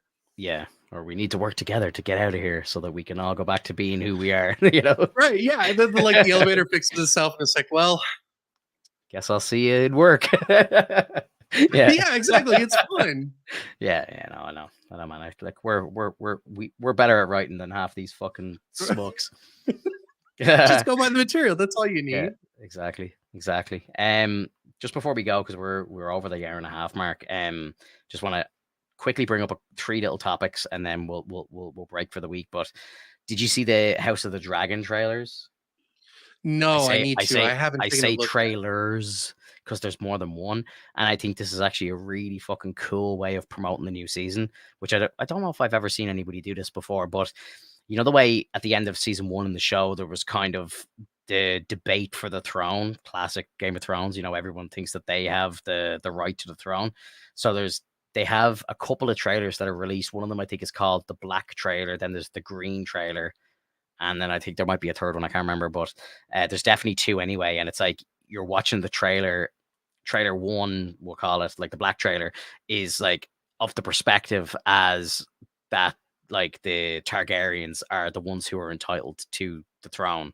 And then there's another trailer, obviously the same trailer for the same season, but it's the green one, and it's like it's what the younger son. I can't remember their names, but the the young one who was married to the old king. It's like her son, who's like the firstborn son. They're saying like he should be entitled to it, but like they have it very cleverly done where there's these two separate trailers of two different viewpoints of the series, and you choose kind of which way you want to go. And I thought it was kind of very clever. In a That is political really kind of cool. show, it's like you've got like the left and right against each other, like sort of thing. Like I thought it was very clever, very cleverly done. Um, Right, because like the sides are all going to tell different stories, exactly, and that's the exactly. whole And point of then it. how you view the story, like each person probably views it in one way. Like like I might think that the Targaryens, like the daughter who was promised the throne, she was to be the queen. I might think like, my view of it is like, yeah, okay, I think she deserves to be on the throne. So I'm kind of viewing the story skewed to the one side, and then somebody who's like, nah, fuck that, it's always the firstborn son, they might view it in a different way. It's like, I don't want a queen, and they might view it a different way. Exactly. So it's like they're gonna watch the green trailer, I'm gonna watch the black trailer. Like, I think it's marketing genius, man. I think it's fucking brilliant. But I would say just watch both trailers because they're both pretty cool. Of course, yeah. Yeah. That show, I think it comes out June 16th. Cannot wait. The first season of that show was absolutely incredible. So we will 100% be talking about that show on the podcast here. Bit of gaming news. Did you see the trailer for the Captain America Black Panther game, 1943? Yeah, I did. Very impressive looking trailer. Like, graphics looked sensational. Like, I think they have the dude who's playing the Black Panther. He was like in The Walking Dead and stuff, like the actor. And He was Cyborg in Teen Titans. that's cool too. Yeah, I didn't know that. Oh yeah. But like, just the way that they like, I don't know if I've seen a cinematic trailer look quite as good. Like, it looked like a movie. Like, it looked incredible.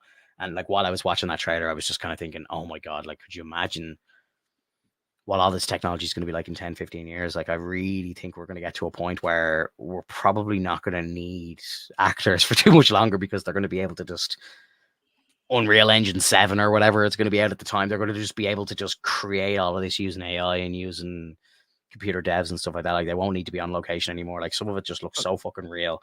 It's already like that, dude. It is, but it's just, I don't know if it's like, it hasn't been like kind of socially accepted in Hollywood to kind of make movies that way. I think like Hollywood themselves are probably trying to hang on to the older way of doing things to keep people employed, to keep the current people who are in power and the current people who are rich, trying to keep them rich. And like, that's human nature, bro. Like, you know what I mean? Well, nobody likes change.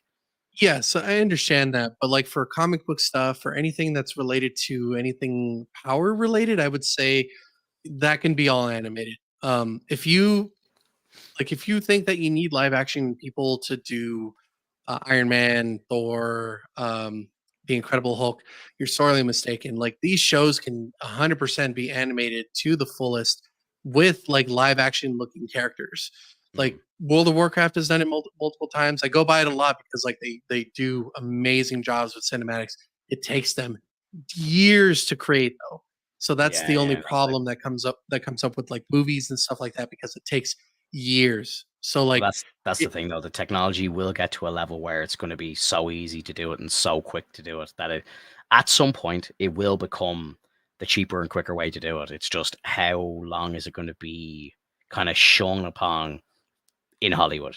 Because that was half of the reason for the strikes. Like, the strikes recently were because of that, were because of like AI taking over and all this sort of stuff. Like, and people like, oh well, I'm going to lose my job. Like, I'm not going to be able to be doing animations if they're going to be hiring stuff through AI and stuff. Like, that was half the battle of what the strikes were about. So what's that going to be like in 15 years when it's so easily accessible? When you're going to be able to like pay a tenner and get a piece of software that's going to be able to just render worlds by you typing in commands. Like, what I mean? That's coming, bro. That's here already. Like, it's crazy. I watched a video of something that was like created, like a world that was created in Unreal Engine, using some sort of AI plugin as well. And genuinely, it looked like somebody walking around a cliff, and everything looked real. It looked like real life, and it's all fake. It's scary, bro. Scary. yeah. So, but that's what I'm saying though, is like 5 is already at the point where you can do live action stuff. Yeah. It's just how you do it. Yeah. If you've ever seen the intro to Helldivers 2, that's an amazing design, like for cinematics. Like, that was well done. Like, they look like real characters. Like, you can't, Yeah. it's really hard to tell the difference. And I think, like, in my opinion, I think this is an over exaggeration. I think that for most things, like, yes, you could do AI, but for other things that you really need to keep in live action, when you're talking about movies moving off from like actual people to like regular stuff to like AI generated stuff, I think that's more on the action side. When it comes to dramas, we're still going to have live action things. That's not completely going away. I don't think it'll ever go away. I suppose It's what will probably go first will be like the likes of having to be on location to shoot stuff. Like, you won't be but for flying. what? Well, like anything, like if you were doing like a drama that sets place in old England or something like that, like it's going to get to a point, and like Disney are already doing this with the Void for Star Wars and stuff, like where they sit in the Void or whatever they call it on the soundstage, and they're not on site anywhere. They're just literally sitting there, and they just someone just like pull up the desert, and they just make it 7 o'clock in the evening, like it's like move the sun over here, like it's all generated, like and like what's going to stop them creating instead of like taking drones and all the shit and like going to the countryside in England to shoot all these mad scenes of like castles and shit and all this old school stuff. What's to stop them all doing that in AI and just going, okay, now we're going into the house and we're shooting a scene with a bunch of people. We need actors, but they're going to sit at a fake table and we're just going to AI generate everything. you know, like I mean, it really depends. Like if you have actors like it really does depend. And like the most I see it is that it's going to hit for action shows, comic shows, things like that. Like I don't think it's going to really hit the drama scene. It doesn't make sense to like it doesn't make sense to get rid of like people for drama movies. Like you just it doesn't make sense. If it's in a location and it's cheaper to like create an AI generated location, that's fine. But like the people are still going to be there. They're still going to yeah, exist. Now, if you were to tell me that they're going to use bodysuits, like if the actors can stay at home and just wear bodysuits and it's like all over their body and essentially it just translates over to their resources and then it just like generates it from there, I'll believe you then. But when you're just plainly telling me that AI is going to take over everything, it's like it just depends on what you're telling me. Because like yeah, well, I like could totally see it for like comic movies, like being yeah, able to do massive fights in comic movies and Star Wars and like in Dune, like and stuff like that, and being able to just get rid of all of the like the risks of having props injure people and just do full on AI generated like CG effects and have it look perfect. Yeah, I could totally see that. big time.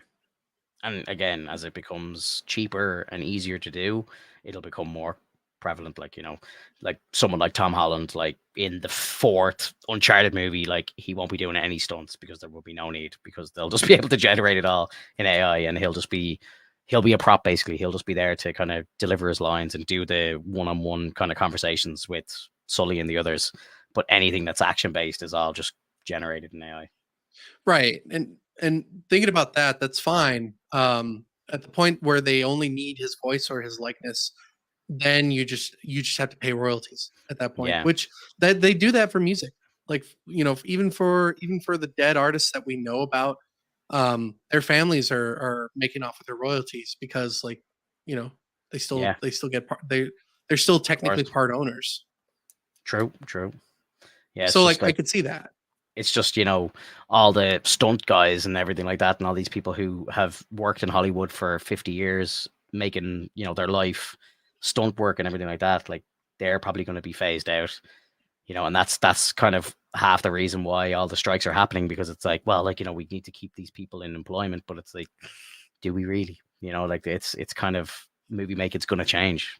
You can fight it Well, all if you it's want, but it will change.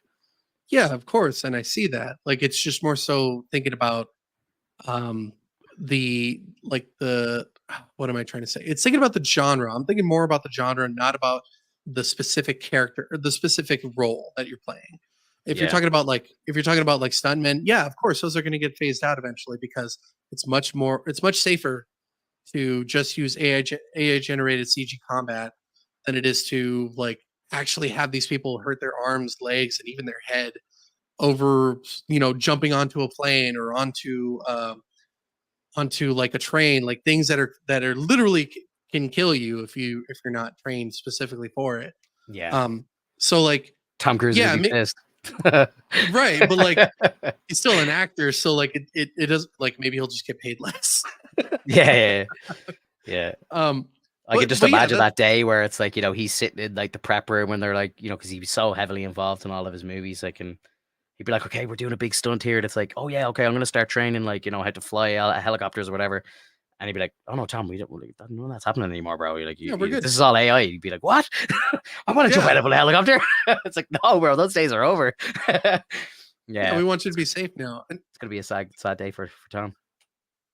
well, like sort of. I mean, it just depends. Like like the stuntmen, I understand, but like it's one of those things where over time things get phased out because there's efficiency that's within. Like Exactly. Yeah. unless you want to be a mom and pop, like which by all means, but like you have to understand technology is constantly growing. Like it's constantly trying to move forward and do better things so that we don't have to hurt our backs doing the Facts. exact same thing. And so, Facts. like, if a stuntman who doesn't need to worry about whether he's going to die today, you know, what if he comes in? What if he's no longer a stuntman? He's a stunt coordinator.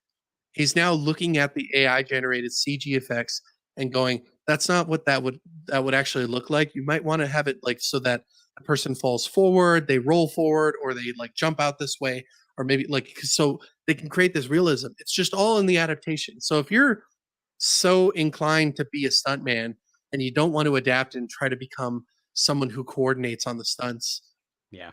you're kind of holding yourself back. Facts. It's like with McDonald's, man. Like people get upset because they're like, oh, the order, like the kiosk actually handles the orders now. So all we have left are the cooks and the manager and maybe like a few cashiers. One for the drive through, one for the front line. Like it's because it's not necessary anymore. People can just order things. It'll pop up on the tech, like on the monitor, and then they pull out the ticket. They give the ticket to the cook. You might not even need that. The cook might have a ticket dispenser. Facts. Like Facts. it Yeah. just it's just part of the way of how things work. If you can save a few dollars, but also make it so that you do the same exact thing, why not? Like you want like I know it sounds weird, but you kind of want lazy people doing these kind of things because you want them to find the best way possible to make you the most money without having to spend too much of it. True. True. Very true. One last topic for the night. Tales of the Empire, the new animated Star Wars series. Did you see the trailer for that? I did. Oh, man, like honestly, trailer blew me away. It was incredible. Like the music, just the pacing of it, like this, it was so fucking good. I can't get over how good it was. And like the story seems really fucking cool. Like I think Tales of the Jedi, I think it came out last year, and like that was probably one of like Star Wars high points in the last like 5 or 6 years. Like honestly, like, for me anyway, I absolutely love that show. And the second that show finished, everyone was saying like, "Oh, Tales of the Sith, Tales of the Sith, Deuce Tales of the Sith next," and they come out now and just kind of like surprisingly just drop Tales of the Empire, and it's coming out in like a month, like less than a month, like 3 weeks or something. So it's gonna be fucking epic. Like Grievous back, Vader, Thrawn, like Elsbeth, and the Inquisitors, like Grand Inquisitor. Like it looks really, really cool. But just whoever made that trailer, like Disney need to keep that person, like because it slapped so hard. Like the music was so well done, the way it was cut and edited, it was just fucking beautiful, man. I was blown away by it. Really, really was. What did you think? Are you gonna watch the show or I think I'm too jaded, man. Like I can't trust anything Star Wars right now. Like it's fair enough? maybe when we actually get into the show, like I'll enjoy it better. But it's just so hard, man. It's Yeah. after everything that happened with Ahsoka, which should have been a win. That should have been the easiest fucking win ever. And they still somehow managed to ruin it. Um, I don't know. Looking back on Ahsoka, I didn't mind it that much. There was highs and lows for sure. Like having like Hayden back and the flashback episode was incredible, and Balin was amazing. Like it definitely had a lot of highs. Did have some lows, and like there was some weird stuff going on. Like some of the choreography was shit, and like there are definitely problems, 100% problems. But in my opinion, it was a lot better than Kenobi, and in my opinion, it was a lot better than Andor as well. So it seemed like more of a step in the right direction. The Acolyte show is getting a lot of hate right now. I'm very interested in that show. I think it's hopefully it's going to be great. But like I'm seeing like a lot of hate for that online, and I don't think it's justified at all. To be honest, like let's fucking just watch it and see what happens. You know what I mean? Like there's a lot of people saying like, oh, it's going to break continuity and all this stuff. Like it's like let's just chill for a second. I think they might be able to tie it in correctly. Like, it's like just after the High Republic, 100 years before Episode 1. So it's like a lot of people are like, oh, but the Sith were in hiding for 1,000 years. Why the fuck are they popping up here now? It doesn't make any sense, because in Episode 1 you hear them say that it's like, well, there's been no Sith for 1,000 years. The Council hadn't known about them, so it's like one of two things is going to happen: either they are going to break the canon, or everybody who comes across a Sith in the show is going to die, and then there'll be nobody to tell to tell the Jedi Council, and then canon safe.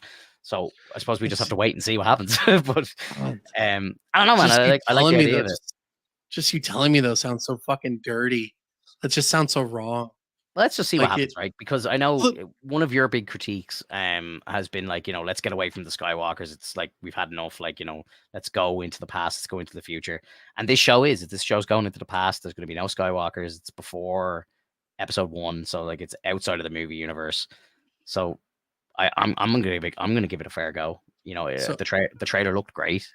Action wise, it looked really cool, and it's kind of around the time end of the High Republic, which I'm not reading any of the High Republic stuff, but there was a bit of like High Republic mention in the second Star Wars, the Jedi game with Cal Kestis. Like he kind of came across some of the High Republic stuff, so I think it's cool. But yeah, I'm going in with a open mind and an open heart, and really hoping that it's good. But I won't hold my breath. Disney will probably Disney, but or Lucasfilm will probably Lucasfilm, but we'll see what happens. Right. But I think this Tales of the Sith Empire, though, that's a different ballgame altogether. Like, I think that's just really fucking, like, it looks like really well made animated Star Wars. And I think, in the last while, especially since like the sequel trilogy and stuff, the best kind of hits in Star Wars in the last while have been animated. So I think that's the best chance we have right now. Yeah, it's just I think it rubbed me the wrong way seeing Morgan and Thrawn. I mean, we just saw them. I don't know. It just seems kind of weird to me. But like the fact that the fact that you're hopeful of it makes me a little bit more inclined to at least give it a shot. Like just kind of see what happens. And it's just really hard, man. It's so hard. And like as much as you tell me like, oh, Ahsoka was, looking back at it, Ahsoka was such and such, but it, like the more I think about it, the more it angers me. Like it just it just reaches this point of like, why did they have to go with this? Like how much did they have to poke at us with nostalgia just to try to get a good like smile out of us? Like it just seems kind of like a cheap way of getting us to believe in this continuity again. Yeah, look, well, I think we'll have some answers fairly soon. I'm not sure when an Acolyte is out. I think it's August, maybe. So it's a couple of months away, but I'm hopeful. But I think Tales of the Empire is going to be nice. They're short episodes. I think there's 6 of them, and it's like shorts. They're like 8, 10, 12 minutes long. Like it's not like it's not a big commitment. But I think they might do. I don't know how they're going to release it. I can't remember how they released the first one. Did they do it all? I think they did it all at once. So it was just like one day. I did it all in one day, but I thought Tales of the Jedi, I thought like hit really well, because there was some episodes where it was just kind of like completely not related to any movie at all, and then there was some that were like you could tell it was like very close to Episode 1. Where like Qui-Gon would show up for like one of the episodes and he's talking to Dooku, and Dooku's still a Jedi, and it's like, okay, this is very close to Episode 1, and he's talking about a young Obi-Wan and stuff, and I'm like, okay, this is really cool. And then I think like with Elsbeth, like what you said, you don't like the way she's popping up again, but I think it's interesting to maybe see her origin, like where she came from. Seems to be like between Episodes 2 and 3, because Grievous is still alive. So, we might get to see the destruction of her world, and it looks like it's in the trailer. Like you see the Separatists, the droids and stuff coming in, wiping out her planet, and then she's pissed off, and she's like, I'm gonna lend my hatred to the Empire and stuff, and that's when Thrawn's like, offer accepted or whatever. I want to see it. Like I think it looks really cool. The fact that we get to see like Grievous again is cool. Like I think he was a really cool character from the prequels that we didn't really see a lot of, unless you went like deep on the animated series and stuff like that, like the original Clone Wars series, the 2D animated series. Like he showed up in that, and I remember seeing that as a kid. I was like, oh my god, this is epic. You get to see him like slay Jedi and collect a few lightsabers and stuff. So it'll be really cool to see him again, because we kind of know they're going to fight, but we know that both of them survive because they both appear later on in the storyline. So it's going to be interesting to see where they go or how they get to where they are, like, or whatever. So, and then getting to see Vader introduced to some of the Inquisitors, and you got to see in the trailer there was like two of the Inquisitors that showed up in Ahsoka. One of them in Tales of the Jedi, and then one of them was in Ahsoka as well. So it's going to be kind of interesting to see how they kind of come into the story, because I think they're just like Night Sister magic. It's real weird. Like, so there's a few bits that are popping up in this trailer that's kind of has me very interested to see where those stories are going to go. So that's kind of where I'm at. I definitely want to see more. You're muted again, bro. Sorry, can't hear you again. I think I know what it might be, but I'll have to take a look at it. So with that said, Finto, I need you to do something for me since I'm going to be watching the Star Wars stuff with you. Okay, go on. Don't tell me to watch One Piece, bro. I can't. That's too much of a commitment. Yeah, it is. It is. It would take. Also, me you'll years. fall in love with it. I promise you. It would take me years. No, I agree that I probably would, but it would take me so long to watch it. Yeah, don't worry about it. Don't worry about it. Yeah, I'm looking forward to the live action though. I'm in for season 2. Like, I loved season 1. It was great. I'm glad you like that. Like, I really am. But and this is way later. Like, but for now, like the future, I would love for you to watch One Piece when they redo it. Because they're redoing the Romance Dawn arc in like the new format, essentially. Yeah, if there's a jumping on point, I might, but there's no way I'm starting at episode 1 of One Piece. Like, you know. Right. Yeah. And that's for the future. What I'm talking about is now. So for now, tomorrow is the premiere for the Fallout series on Prime Video. Oh yeah, I'll be watching that. So if you're going to be watching that, we definitely need to talk about it, because I really want to go forward with this. I think after watching the trailer, I'm actually kind of digging my feet in now. Yeah, it looks good. It looks good. I really do think it looks good, and I hope that it continues to kind of shine in that same direction, and it doesn't like take a weird turn. Is it going to be weekly, or is it all at once? It's most likely going to be weekly. I don't think they're going to want to like do kind of like a whole batch. I don't think Prime Video does batches. They might do like the first 2 episodes at the most, but I as far as I know, it's only 1. Let me check here, see if I can find some info just before we end.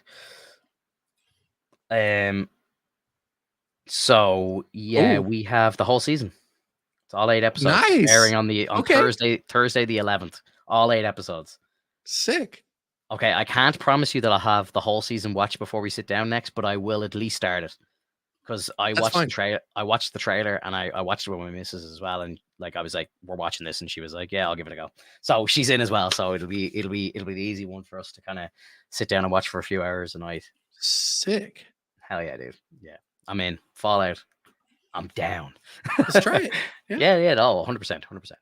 I didn't realize that was out so soon. It was on my list to watch for sure. Because I saw the first trailer for it, and I was like, "This looks very well made, like very well made." Well, the first trailer I watched, I was like, the second trailer, I was like, okay, all right, I'll give it a shot. Yeah, nice. All right, we're just about to hit 2 hours, and I gotta get to bed because it's midnight for me. So, guys, I appreciate everybody who's watching this with us, or if you're watching it live, or if you're listening to us on replay, leave us a comment below. Let us know what you think. If you're new to the channel, leave a subscription, drop a like on the video, all that usual YouTube shit. And if you're listening to us on Spotify, please leave a review. Let us know what you think. Be honest. And any support is great. It helps us grow. We're close to 200 subscribers on YouTube, so the road to 1,000 continues. We're nearly a fifth of the way there. All right, guys, we'll see you soon. Take it easy. Bye-bye. Have a good one, everyone.